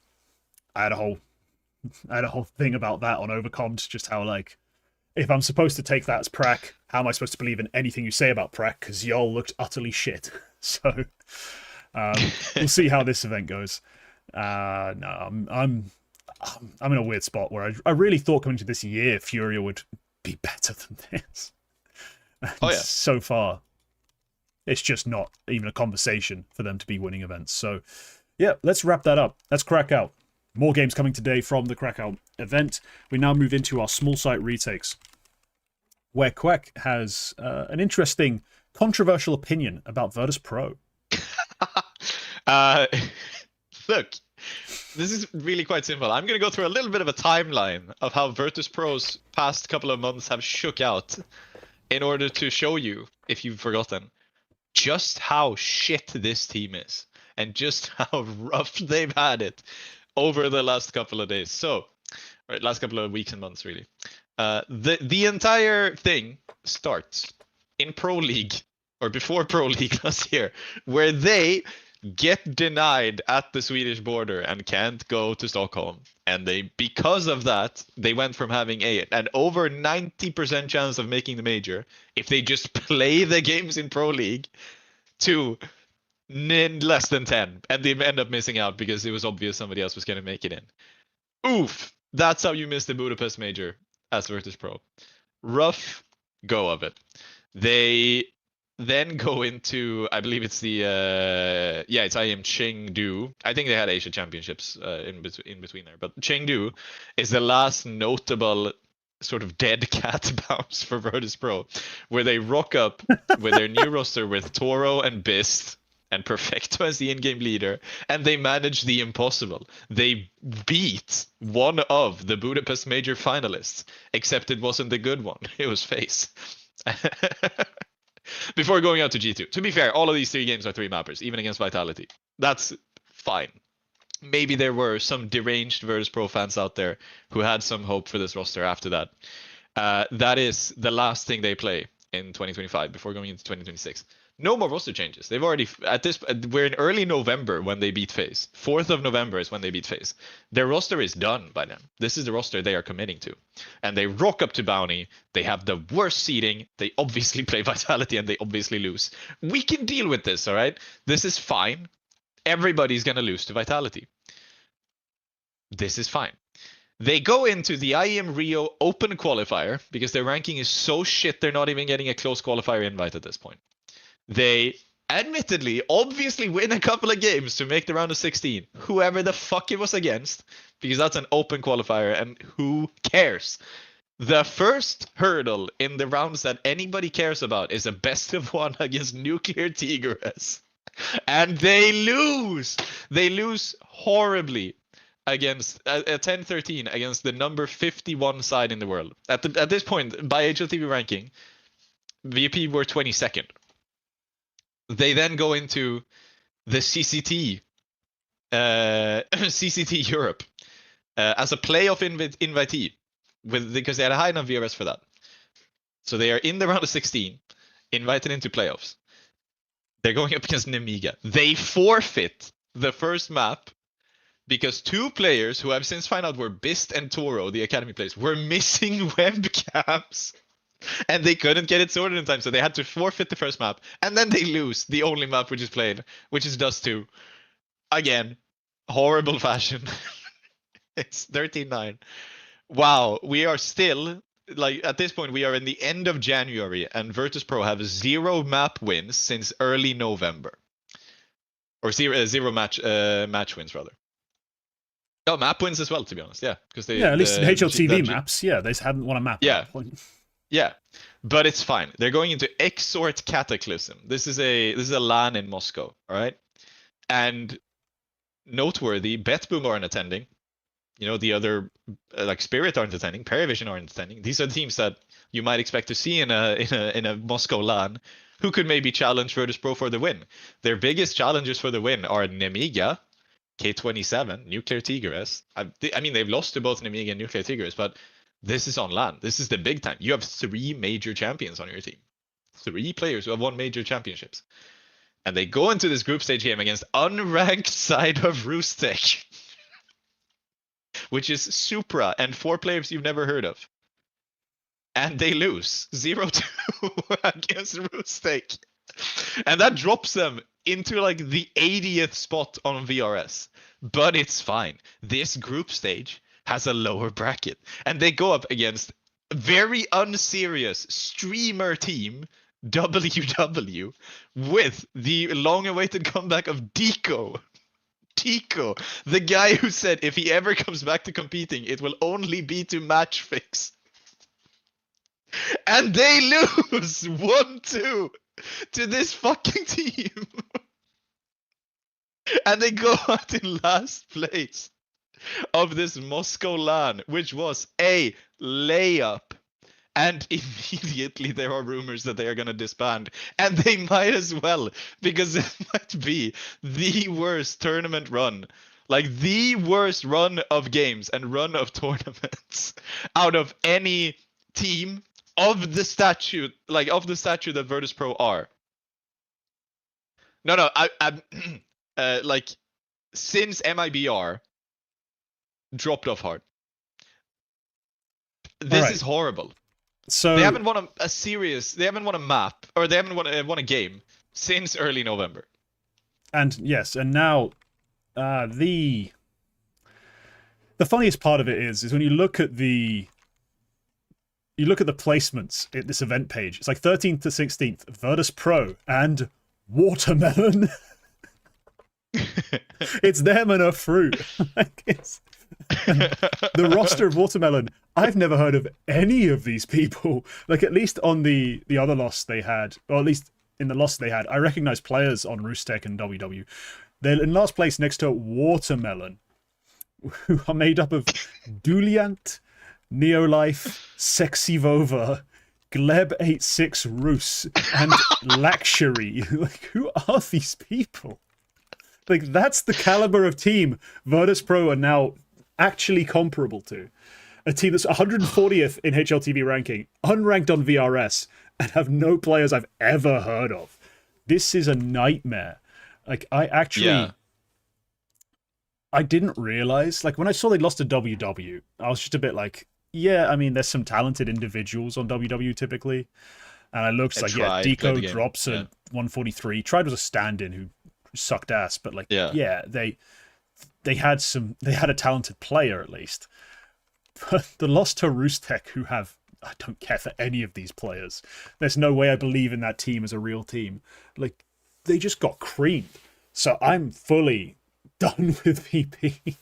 You should have promoted the entire academy team, benched the names, and put them up for sale and sold them to, like, pick a team, like Namiga, 9 Pandas for like 100k. Just start it again fresh with the academy side if you're going to be playing like this. Like, 100% this was not worth it. I'm greatly amused by how terrible this roster are. This is horrendous. Yeah, it's horrible. Other last place teams, we have Muerta, which is Power and friends, and Gluck, which is Dosha and friends. Quite literally. I'm pretty sure this is just these two guys went to Moscow and got 4 friends who they sometimes stack Faceit with and decided to play this LAN. And they performed as well as what is probably a multi-million-dollar project in Virtus.pro. Dosia. Fucking Dosia. Another code change is probably what you need. Yeah, just change the coach, man. I think Halley could save this project. That's the reality. I just looked it up. Dosia is the lowest rated player at this event with a .43. 0.29 KPR. And Toro isn't that far off as the 4th worst rated player. Yeah, the Virtus.pro descent into this has been alarming. It might be time to give up on the Russian-speaking world and just come back to being Polish or something. Like, come pick up friendly campers. Oh, you can't anymore, but come pick up, like, I don't know, Kolossi or some team, because this cannot be it. There was people used to call, when Yekindar joined Virtus.pro, and they started building this sort of CIS super team. I saw some people call this the CIS phase. And I think that's true. Yeah. It's turning out to be entirely true. They're following the exact same timeline. Yes, as I'm aware, Virtus.pro originally Russian. That's not news to me. It's just they had the most success they've ever had with a Polish team, and at this point, the Russian thing isn't working. So I just think it's time for them to just dip. They just dip out of the Russian thing again. Just be like, all right, fuck it, pick up another team. Go collect the second best Polish roster and try. Now, can I just ask one thing of you? We have still a couple of players who are pretty good here, right? Fame is a prospect. Yes, one of the OGs, yes. Can I just ask one thing of, do you still see the same tendencies out of Fame in 2026 as you did when he was a prospect? When you were singing his praises? So like, is he still the same player, just on a horrible team, or is he? Yeah. I haven't watched a fucking map of Virtus.pro play this year. The only event I would have watched of theirs would be the Vitality game. That was a foregone fucking conclusion, you know? So I didn't bother to watch that at all. So no, I didn't watch their maps against Nuclear Tigres and Amiga, Roostek, WW. I just think that, Fame, he was a part of the Jame era when it failed as well as succeeded. And it felt like, a lot of the talk about his playstyle and the way I saw him sort of change in terms of the style of things he was going for, like the types of fights he was taking, just felt like there was a disconnect between him and the leadership in terms of maybe there's some ego problems. That's what I've speculated, at least on other shows. Like, he got a bit too big for his boots. That being said, he's 22. He was a fantastic talent when I talked about him, as far as his aim abilities, as far as like his ability to play a couple different styles of play, like hard opener, semi-lurk, pack play. Like, he had some options. The way it's looking right now, it's just dire. I haven't watched the 2026 games. 2025 was not very impressive. the raw mechanics are probably still there. It's not like he's completely washed up. It's not like he has a family that's going to stop him from playing some deathmatch. I don't know what you can salvage from this. Like Fame Flit, you can probably still put onto a relevant tier 2 Russian speaking side. Toro's just been all over the shop. Bist had a lot of potential before he was assigned to this piece of shit. So I return to my earlier statement. Put those big names on the bench, promote the academy side, or give up on the Russian speaking scene. Just give up on it entirely. Like that's my advice for VP going forward. This just isn't working. The players clearly, I think, it doesn't feel like they just don't want to be here. Like they don't want to be on Virtus Pro. So give it up. Yeah, it's probably how it is. Yeah, that's Virtus Pro. That's how bad they are at the moment. It's a horrendous state of affairs. And speaking of things that are truly horrendous and need salvaging, of late, this segment has been let down. Firstly, it's let down by a lack of pomp, as the intro has been lost to the ravages of time and me deleting things off my computer at random. I definitely wasn't making space for a game. It's also been let down by its true host just shit in the bed a few times. Just a recent run of poor form from Quack. It's time for Cock of the Week. Please tell me you've got a big, glorious, veiny fuck for us this time. I would also like to know it has been let down by the producer of this show who lost the jingle. That's what I said. I did open with that, and I then roasted you. Turn your music off. Maybe you'd hear me talk. Fuck. I've been roasted. Today's Cock of the Week is more of a serious one. This is, you might have seen this article go around. It was controversial. Oh, this. On account of the fact that it was complete horse shit. And honestly, maybe that was on purpose. Maybe this is just the journalistic equivalent of rage bait. This is a play.gg article who, I think they have some fine people working on their stuff, but this is not one of them. And you will know that, and I think they know that, because the byline of this article just says archive. It doesn't have a person attached to it. This is, usually they do. Usually they attribute the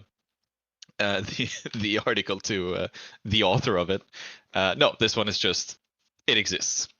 This is an estimation of a couple of top CS2 teams' salaries based on 20 plus sources across the industry, including on-air talent, coaches, current and former professional players, general managers, and player agents, where they've just spat out some fucking numbers around how much they think different teams pay in monthly salary. It's based on nothing, and it was quite renowned around Twitter. What the fuck? Because ooh, sorry, those spirit numbers I find hard to believe just on the surface. What the fuck? Yeah. So this is the estimated monthly salary budget of the entire team. So split these numbers by 5, and that's the idea is you're supposed to have you're supposed to have the salary of each player there. Obviously, this is entirely meaningless. We don't know anything about the salaries of different teams. We have slight leaks about some players sometimes. But fucking, this is just nothing. This means absolutely fucking nothing. And the motivations are entirely based on nothing. There's no source. There's no source attribution here. It's literally just, we estimate that Spirit pay this money. Yeah, they're using things that's about it. So the sort of logic they're using here, which kind of makes some sense, is like how successful the teams are, the sort of buyouts and things they've gone for to sign big names, like the way they've tried, like essentially estimating how they've tried to lure team players over. And look, you don't have to be a genius to stick Falcons at the top of your list and Mongolz at the bottom. However, no, some of these numbers do feel entirely arbitrary, and like, I don't quite understand what the in terms of getting people to click on it. I guess this article works. In terms of everything else, it's an utter catastrophe. Yeah. The one that really tickles me though is the idea that Furia are that low. Like, if you're arbitrarily pulling numbers out of your ass anyway, why do you think Furia are cheap? Like, what? what was the logic of this? Yeah, their estimation also includes that adding Yekindar pushed the number up. As in, Yekindar was the big guy. They're paying the biggest salary. Which is also quite funny, to be honest, considering, you know, where Yekindar was when they signed him. But no, it's just based on a hunch. It's just, this is what we think different teams pay. And it's nothing. So yeah, it's like, I don't know why Astralis are on here as well. Supposedly they want to claim that they are paying almost as much as they paid the 2019 like prime Astralis core. They are still paying that to Fuzi and Ryu and Hooksy, despite, you know, knowing that they've had very big troubles paying their salaries over the past couple of years. You know, maybe that's why. Maybe they have a huge budget because they can't pay their salaries. Maybe the other way around. But no, it's just it means nothing. I mean, there's one person on this who I think you could genuinely give a decent estimate of, and it's Brollan, because that's like public tax, like that's like in public tax records how much he racks in. You don't know if it's from the team, from sponsorships, whatever. That's it, and you have no idea if Zershin is on the same salary as Brollan. Probably not. You have no idea if what any of this means. Probably there's a huge imbalance between fucking Nico and Kixan.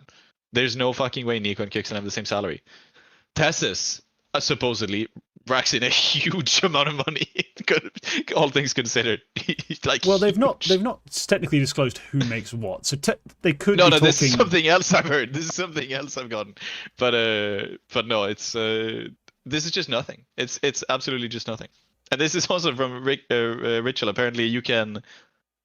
But Fury apparently publicly disclose their salaries. Well, so until I why see did you that, need to estimate it? You know, until I see that, I'm not sure that's going to be very helpful. Because if I can't find it on an idle Google, I'm not sure whoever half-assed this episode can either. Oh, this article, rather. Yeah. So yeah, this had a lot of reactions on social media, which is, again, maybe this was just the journalistic equivalent of rage bait, which is clickbait. But I saw a lot of different discussions. Oh, actually, the French Mongolz fan page took the bait and thought this was real. I'll give a slight cock of the week to Nell, who thought that this was a very well written article and very interesting and very very well. You know, it's obviously it was a good read. You know, and he's somebody who I think should know better than doing that. But yeah. It's just this means nothing. And the fact that there might be team management out there who thinks that this is real and uses this for basis for negotiating contracts with players in the future. Well, how could they? This is a vague estimate of a monthly salary for an entire team. Yeah, but managers are stupid. Managers are very dumb. I don't know, man. This is a weird one. I again have to say, like, if your entire point is to just get attention on one article, it makes sense. You know, if you are just someone trying to get clicks, it's fine. But if you're trying to be a journalistic source or a website people visit for reliable information, it's just a bunch of bollocks. Like, it's just it could be anything. Like, and you've not helped yourself at all. Yeah. And this is maybe this is the point. The fact that they hide the byline is what makes me think that this is honestly, they knew that. You know, nobody wanted to personally take responsibility for this article because they didn't want to say that, you know, hey, I'm the guy who wrote this. They just wanted the clicks for the site. But hey, you know, it's still dumb. It's still dumb as fuck. Don't do that. Yeah, It's a real cock. I'll give you that one. It's a real cock. This is yeah. This boggles the mind. Like, whose idea was this? Who let bro cook? And by cook, I mean invent figures and just slap them on a page and then write a brief summary of a team's current form. Like, that's essentially what this article is.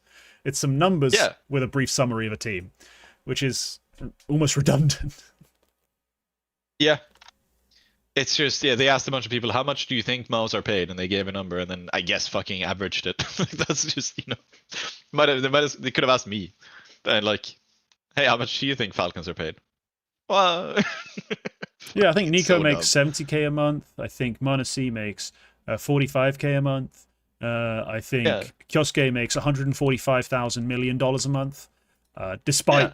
being an academy kid from Russia they signed, he definitely does get paid multi-millions every year. I think Tesses makes 12 Danish kroner a month.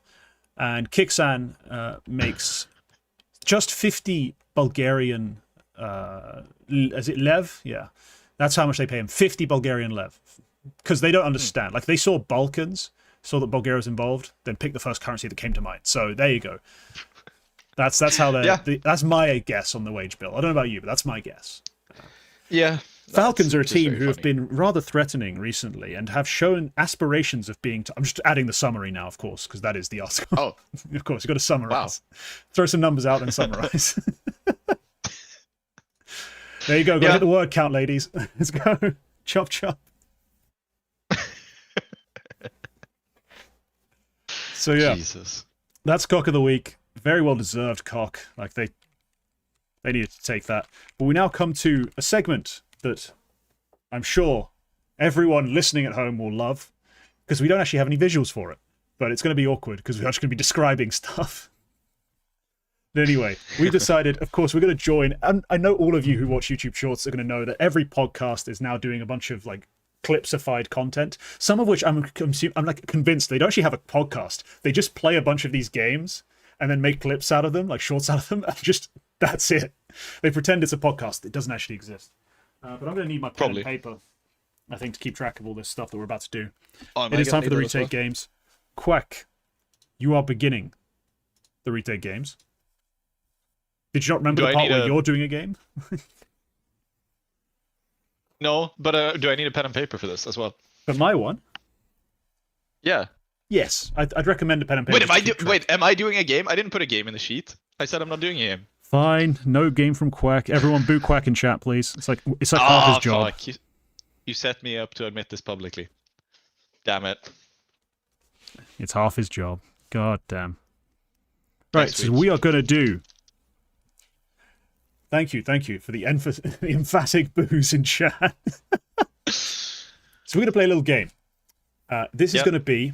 So we've got to close our HLTVs for now. If we have them open, get them closed. I have a wheel in front of me with a bunch of different KPRs from 0.67 to 0.74. I'm going to spin the wheel, and then it's going to come out with a KPR. We are then going to draft teams of players based on a year-long stretch. So, for example, we could pick Brolan 2016, and we'd use that to create a team of 5 whose average KPR comes out to whatever number's been selected. So if it's 0.7, we'd be aiming for a 0.7 average across our 5 picks. Okay. This is without HLTV. I need to do this off the top of my head. Off the top of your head. It's about testing your ball knowledge. Come on. Wow. All right. Can I use my phone camera as a mirror to show the squad? You don't believe me that it's going to be... You have to forfeit the first draft pick because of that. If you can't do it within 15 minutes. Right, hang on. So okay. Can I do any time period? This kind of works. Any time period or just calendar years? Calendar years.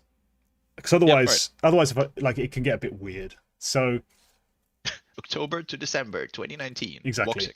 Right. Correct. Do you want me to share my screen so you know I'm not cheating and I haven't prepped a number ahead of time? It's fine. I'm going to do it anyway. I'm going to do it anyway. So... Doing it anyway. There you go. I've shared my screen. Now you can't say boo. Yeah. Right. Wheel is spinning. Let's see what we come out with. Not quite the nice number, but 0.74. Quack, would you like to go first or second? I'll give you that choice. I can go second. That's a very average level. So you can go first. All right. So I've just got the number written down. 0.74. All right. Give me someone who I think is going to be pretty much... I think it's going to be like a 0.76. Give me Nico 2023. And remember, we can't repeat players. It's a draft. Yeah. Otherwise, I would just pick a player whose career average is 0.74 and just say him 5 times. 7.4 is very close to the. I think the average constant for KPR is somewhere around there, or was in rating 1.0 anyway. Slightly above average, maybe. I will take.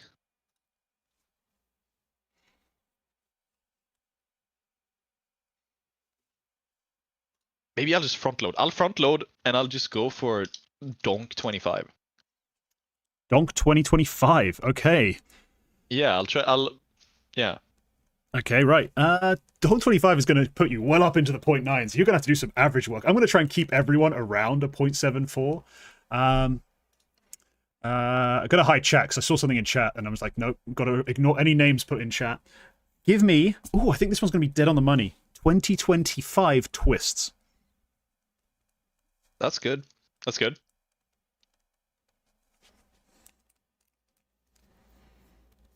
Yeah, I think it's pretty good. I'll go for 2022 twists. Or Okay. can we can repeat players from different years, right?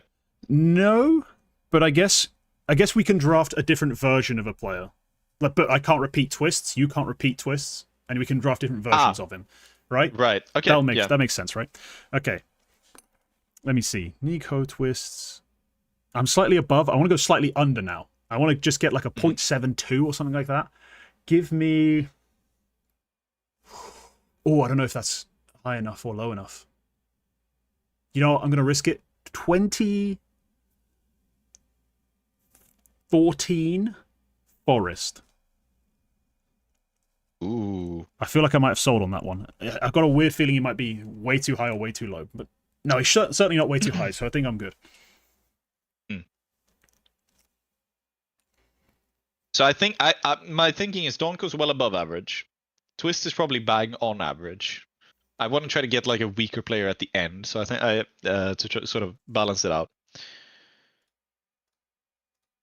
I think I could go for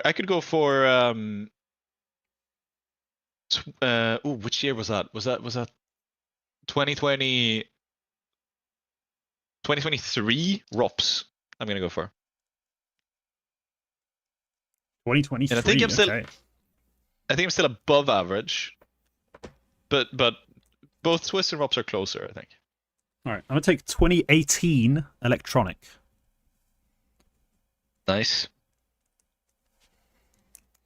Yeah, I love how we've got very different strategies. Where you've gone all over the shop, but that big start means you have to balance it at some point, and you've got to do some maths. I'm trying to keep just everyone relatively close, just on the par, keep it all solid, and at the end just have a 0.74.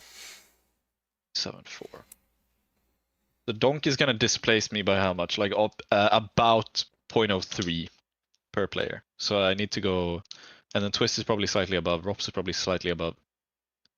Go down again. Ooh.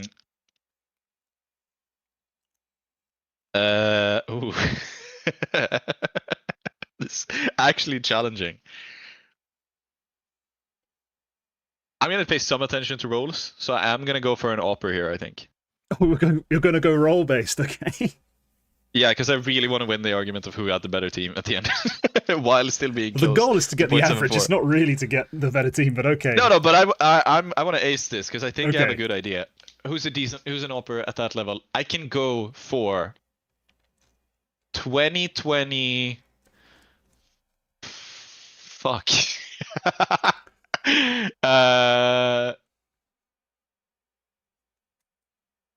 2020 2024 Brokey. It's okay. So I've gone down. I've gone down quite a bit there. Okay, now I'm going to pick an Orpa just to even it out, because I feel like I haven't picked an Orpa. I've picked 4 riflers. All right, I'm going to take, and then again, I don't want to be too boring, so I'm going to try and avoid too much modernity. Give me, so I've got 20. No, I've got a bad feeling about that one. So doing the entire year, we didn't say big events or anything like that. So the entire year filter might fuck me if I try to pick like a Kenny S. Because he might have just or like if you pick somebody who's like tier 2 adjacent because you have no idea. Well, I probably like, would have some idea. It's just more that, yeah, some of the players who I'm have thinking like Yeah, a 23 Apex player is probably gonna have quite a bit higher than you Quite remember them weird. from the events. It's Yeah. probably not going to be that much higher in reality.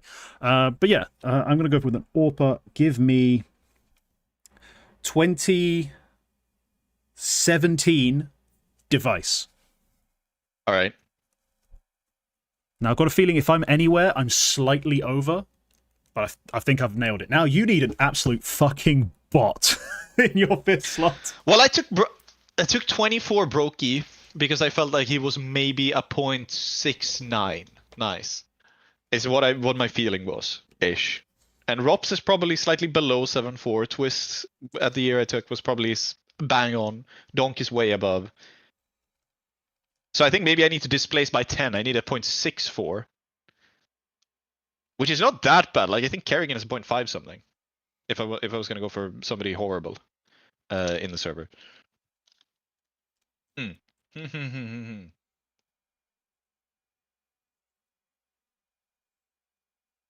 No, fuck it. Give me. Again, I want to pay some attention to the rolls. Give me Shuey 23. 2023 Shuhei 2023. I think that might be a banger, to be honest. That might be a banger. It's time to look up the numbers. Yeah, I'll look mine up. I'm going to look mine up, then yours up, just out of curiosity, and I'll read mine out as I find them. So Nico. Make sure you put the both version on if you're doing weird years, like 23. What do you mean, both? Not just CS2 stats, CS2 and Go if you're doing 2023. Yeah, but it's by default on both. Anyway, Nico, 0.76. Okay, that's about what I expected. Donk is 0.93. That's lower than I thought, to be honest, for 25. It's still huge. 0.19 above. It's crazy big. My memory was saying 0.98, but I think that was just one event. Okay, 2025 Twists is a 0.72. Ooh, fuck. Fucking right on. Nice. Okay. Okay, the big risk I took was Forest in my eyes. Like Forest 2014, please don't have fucked me by being crazy high or crazy low. 2014 stats. Okay, Robs might have saved me here. Fuck, 0.78. Jesus Christ, Forest, what the hell? Why did you have to fuck me like that? I thought you were lower. Damn. Okay, fuck, Brokey has fucked me. I thought he was lower. Okay, Shuey has to be an absolute. Just as I'm going into this now, I've picked 4 players, and Shuey has to be. I'm 1 above with Rops. I'm 3 below with Brokey. Oh, I'm 6 below with Twists. So it's 9. I am way too high right now, and I don't mean in the drugs way. Oh god. Shuey might have saved my ass. I have to total this up. I need the 2017 device to be like a 0.71 somehow, but I don't think it's going to happen because Nico 0.76, Forest 0.78, Electronic 0.77. Like, these guys are just fraggers. God, yeah, device to 0.76, where I thought he'd be roughly in the end. Crap, I've gone too high. Let's put it that way. I've gone too high. I'm not extremely, like, I'm not too far off in terms of the actual average. So I think I'm going to be around 0.76. Yeah. Where are you? I'm just doing my numbers right now. In the way I know how. That's should we drag my down by 0.09? 0.758 is my average. My math is failing me right now. 6, 9, 15. No, sorry. 16. Are you trying to do it in your fucking head? Just use a calculator. Oh my god. Wasting my damn time. So close. You know, you'd think I could do basic arithmetic.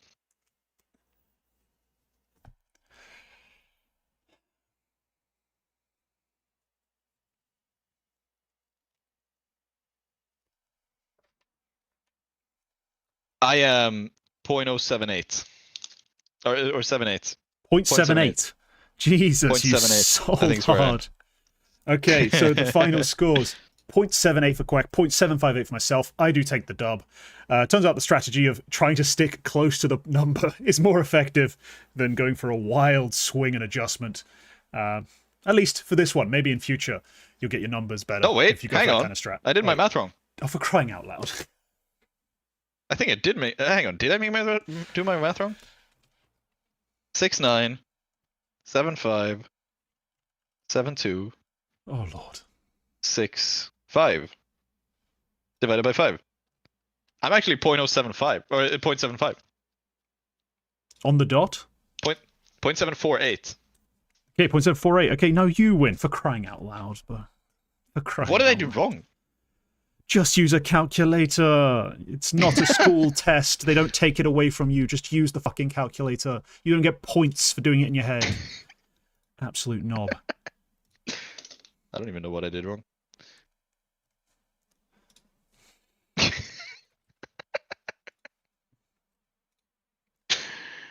Jesus. Right, well, that concludes that game, which went pretty smoothly until Quack had to do some basic addition and division and decided not to use a calculator to help him, and kind of threw us all off schedule. But anyway. I still don't even know what I did wrong. I don't even care enough. I just don't care enough. No. That was a good game, though. We should do that again. That was genuinely fun. Yeah. Yeah, we should. Okay, great. Those are the retake games. Or retake games singular. We now come into the segment that never stops. Like, we wish there was some way of ending this, but it can't be. It just can't be ended. It is time for the eternal shuffle. Quacker, what do you have for me? Give me some moves, I'll give them some grades. Bait have done it again. They've got another Academy Opera who is seemingly a nobody, and replaced their Academy Opera who was a nobody. Segukawa is out after just one event, and the CEO said, no, he was never a real player. He was always just a stand-in. We said even before the boot camp that he was not playing anything more than Krakow. And instead they've signed Sizzy on loan from Spirit Academy Black. So it's in the junior system of Spirit, but he hasn't played for the main team. He's played 2 series for the Black team, and yeah, that's it. So how do you rate this signing? Right. The situation with Bait is they did what I asked every team to do, which is if you have a terrible AWPer who's not moving the needle anyway, just go sign a random kid. Pick them up from your academy, pick them up from another academy, do something. And they picked up Segukawa for one event. They literally just played the Krakow play-in with him. They didn't give him any other time to really integrate or warm up to this level of play, aside from some prac.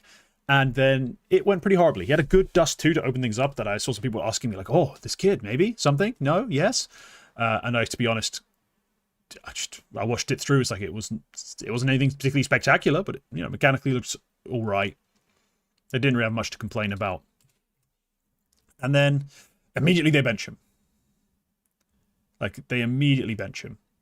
And I was disappointed by that.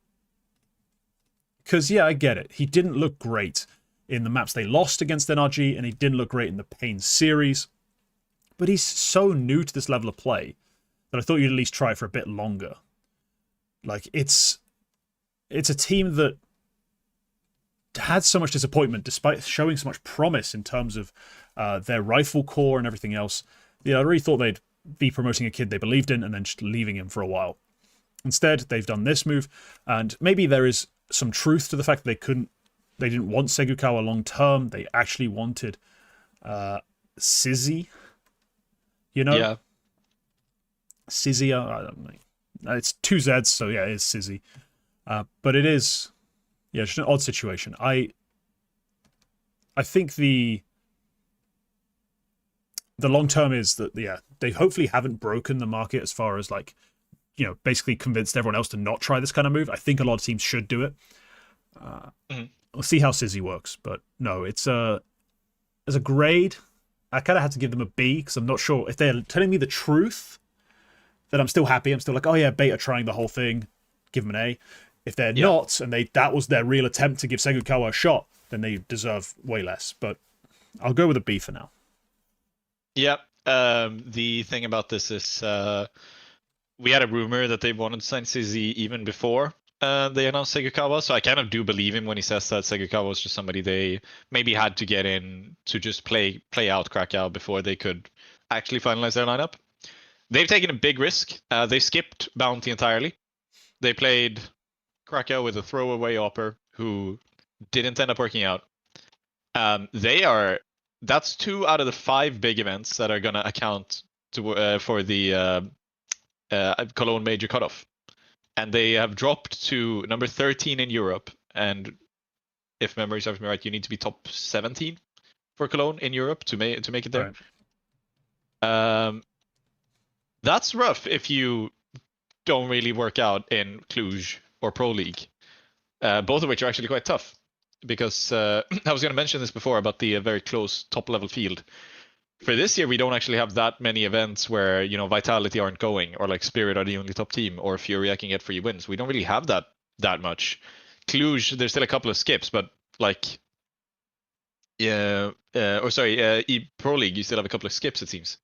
No, my bad. That's no, yeah, you do. Yeah, Vitality aren't here, for example. They skip Pro League. But like you Bait. My point being, Bait have 2 more attempts at tier 1 events, and probably they're going to play one of these like Stake Masters, one of these slightly tier 2 events as well, to make it work with Zizzy, or they're probably missing the major. That's how rough it really is. From being inside of the top 10 by New Year's, they were inside the VRS top 10, well within major invite range, maybe even into the final stage, to maybe missing Cologne altogether, is where they're at right now. And it's dangerous playing with absolute no name, completely unknown Alpers at that point. I'm not saying Hedrick would have been better. I don't think he would. Not much better anyway. It's nice that they're taking a shot. It's just a very dangerous game to play. Yeah, credit to them. I do like this. But they are slipping down the rankings now, because they did take some big losses. But no, I mean, yeah, shoot your shot, take a risk, sign Sizzy. Let him sizzle. Let him cook. See what happens. Yeah. Let's see how it works out.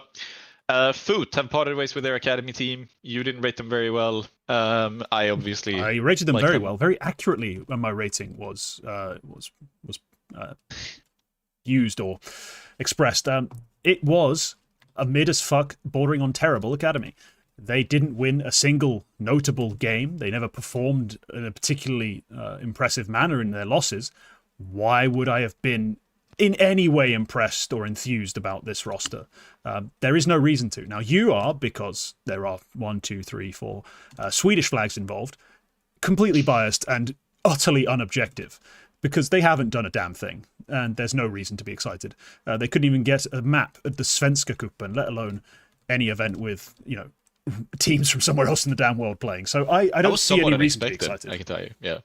I'm obviously biased. I like these players. I like them, not just because of their nationality. I like them because I've followed them for a while.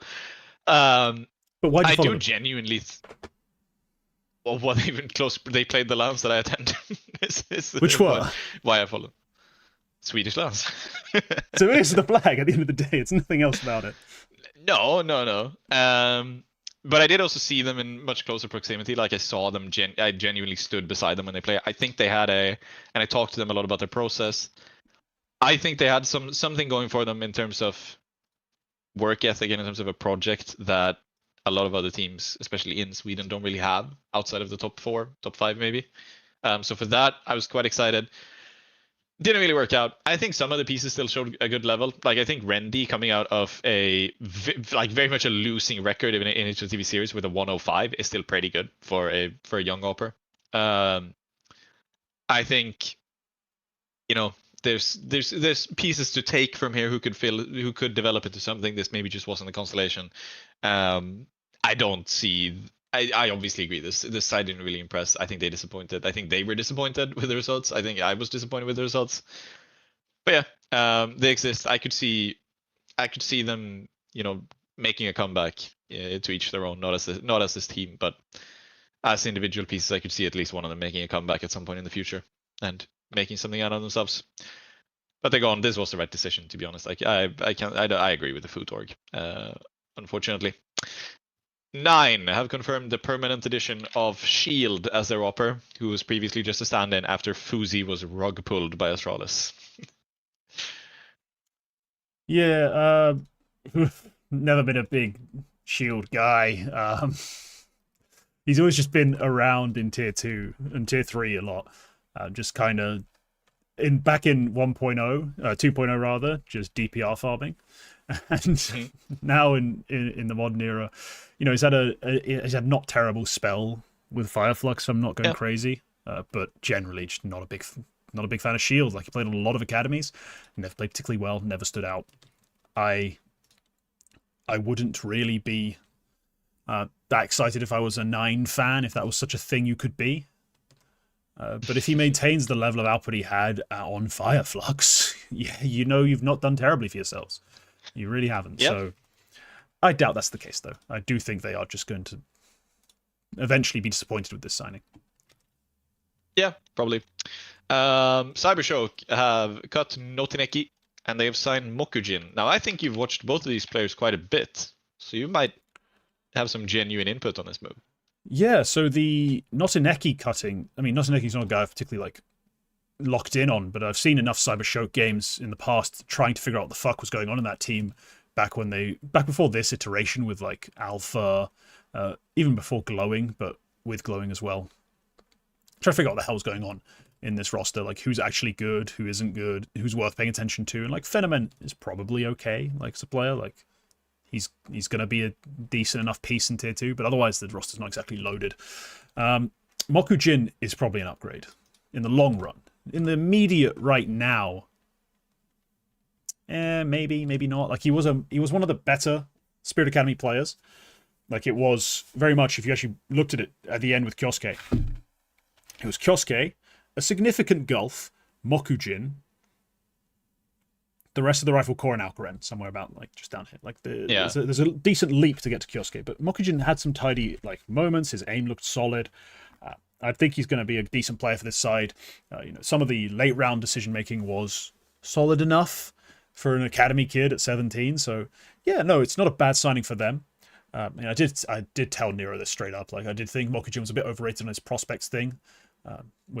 But you know, it is purely an algorithm. So at the end of the day, an algorithm with some manual adjustment, but mostly an algorithm. It's not as hyped a move as that would have implied, but it is, I think, a decent upgrade for them. It's just, you know, at the end of the day, Subshock are not making the next major, so there's only so much excitement you can really have for this move. Yeah. Yeah, I don't have anything to add. I don't know anything about either of them. Finally, FlyQuest Red have finally confirmed who their opera is, and it is Fox, previously of Lotus, I think, and Marie is going to take up the in-game leadership. Yeah, didn't we touch on this? We did. It was reported that Fox was going to join. It's just this was officially confirmed yesterday or something. Yeah, no, I mean, this is a banger move in the FE scene, basically. For this FlyQuest Red side, BB on getting a bit of firepower support. Let's put it that way. A bit more firepower support, I guess. No, I don't think they're in a bad spot now. Like, they were. It was kind of an awkward thing where, like, you know, replacing Goose Breeder. It's just something you don't really want to contemplate if you're a FlyQuest Red player or coaching staff member. You're like, that's a pretty big deal kind of figure in our scene. But no, I think they've made a pretty good signing. Like, that's all I can really say. Yeah. It's a good signing. Forks will improve them. Here we go. Yeah. Let's see if they can compete in Europe now. Yeah. Sakura was the team I meant, not Lotus. She has played for both, but Sakura was the most recent one. Yeah. Good job. That is all the shuffling. Do you want to shuffle just for fun? Do you want to do, like, just a where should Flit and Fame go? Oh, let me take a look at the Russian scene. So I don't see them outside of the Russian-speaking sort of scene. Yeah. Let me see. I also forgot about a move we can talk about afterwards. Okay. Yeah, Rishal, we see you. Lux is out of Legacy, apparently. Because I checked his TV, he wasn't there. But, I mean, I didn't see it. I wasn't looking very hard mid-show. Let me see. Maybe you can bring him in if you're, like... I mean, a Cybershock wouldn't be a bad idea to bring him in for, like, Glowing and Blixie or something like that. Maybe if K27 have the right kind of backing. But then I'd just be taking a lot away from Zido, and I don't want to do that. A lot of this is going to be based on my very personal biases and which teams I already like and don't want to touch and fuck with. Mm-hmm. Yeah, I don't know. Maybe on a nuclear Tigres. The most likely thing's going to happen is they're going to form their own mix if they are set loose, right? Yeah. And if they're set loose, they form a mix, and then maybe that mix gets a gambling sponsor, and that'll be their sort of team in the future. Like, I don't see them being a must sign like entity if you are a top Russian speaking side. The Spirits, Parivisions, maybe, I mean, below them it's like Hotu, BetBoom. I don't think you have to sign them if you're BetBoom, for example. Like, you're quite happy to sit here with Dila Des and Manoyez and be like, yeah, why would I want to do that? So no, I'm seeing their future as like they're gonna form a mix. They're gonna play with that mix at some smaller Russian events. If it starts working out a little bit, they'll get a gambling sponsor. And eventually, that will probably be a new Russian team that we talk about. That's typically how the scene seems to work. So, no, I'm not seeing their future in a big transfer. Nope. And finally, I forgot about this because it's not official. It's just a report. Legacy to move in-game leader Lux to the bench. No replacement announced, but it's just they are unhappy with how the team is playing, so they benched the caller. Yeah. Not a terrible sort of move right now, given how poorly they've played. They've just looked bad outright. And a lot of people, this was something speculated upon by a double swing guest. I think it might have been Scrib. Speculated on their sort of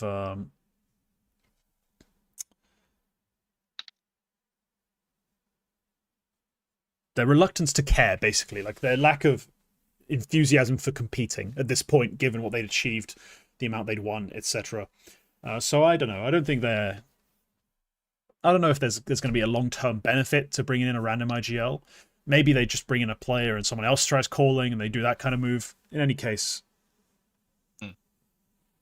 plus art would get people pissed off. But some others would be very happy. It could work. Yeah. That is all the shuffling. That's all the shuffles. Okay, yeah, let's get into the final segment of the show. This is time. This is the time where we talk about young players, up-and-comers. It's time for Prospect of the Week. Quack, I'm going to let you go first and surprise me with your Swede. It's not a Swede. It's actually ZywOo. Everyone, round of applause in chat, please. Round of applause. Quack didn't pick a Swede for Prospect of the Week. Yep. No, they've had a good Nemiga have had a good little go of it in Exort Cataclysm and a bunch of online events as well. It's since they signed Chiron and ZywOo. And ZywOo, maybe somewhat surprisingly to me, has actually had maybe the better go of it, at least in the recent couple of games. Great run of form, winning a lot of games, only really losing to Sinners this week after beating out a lot of domestic competition, a lot of European competition. Very solid. Like yeah. And he's got a 1.21 rating in that time. Very nice. It's yeah. Yeah, I can't really add anything else. I haven't been watching that much. It is just, this is maybe the bigger standout. I knew you were going to go for Klim, and you probably have watched at least a bit of their Brazil run. So I opted for somebody who looked good, I think. Yeah, no, I mean, his loan has started fairly well, and that's a very important thing for Nemiga, to find something new to buoy them, given all the loss and desperation and general tragedy this August had. Yes, on my end, I have gone with Klim. Klim played in the Conta League, whatever the hell else it was called, in Buenos Aires, or Buenos Aires. I'm not going to pretend to speak the lingo. And he kind of dominated. He had a relatively quiet grand final. Like, he only had like one standout grand final map, and actually his semi-final was pretty much the same. But over the course of the event, he played 9Z twice and utterly spanked them. Kind of destroyed Sharks as well. Had one red map, one grey map, and then everything else just greens across the board. 132 rating for the event. Yeah, just classic Klim stuff. Heavy on the rifle this event, quite noticeably.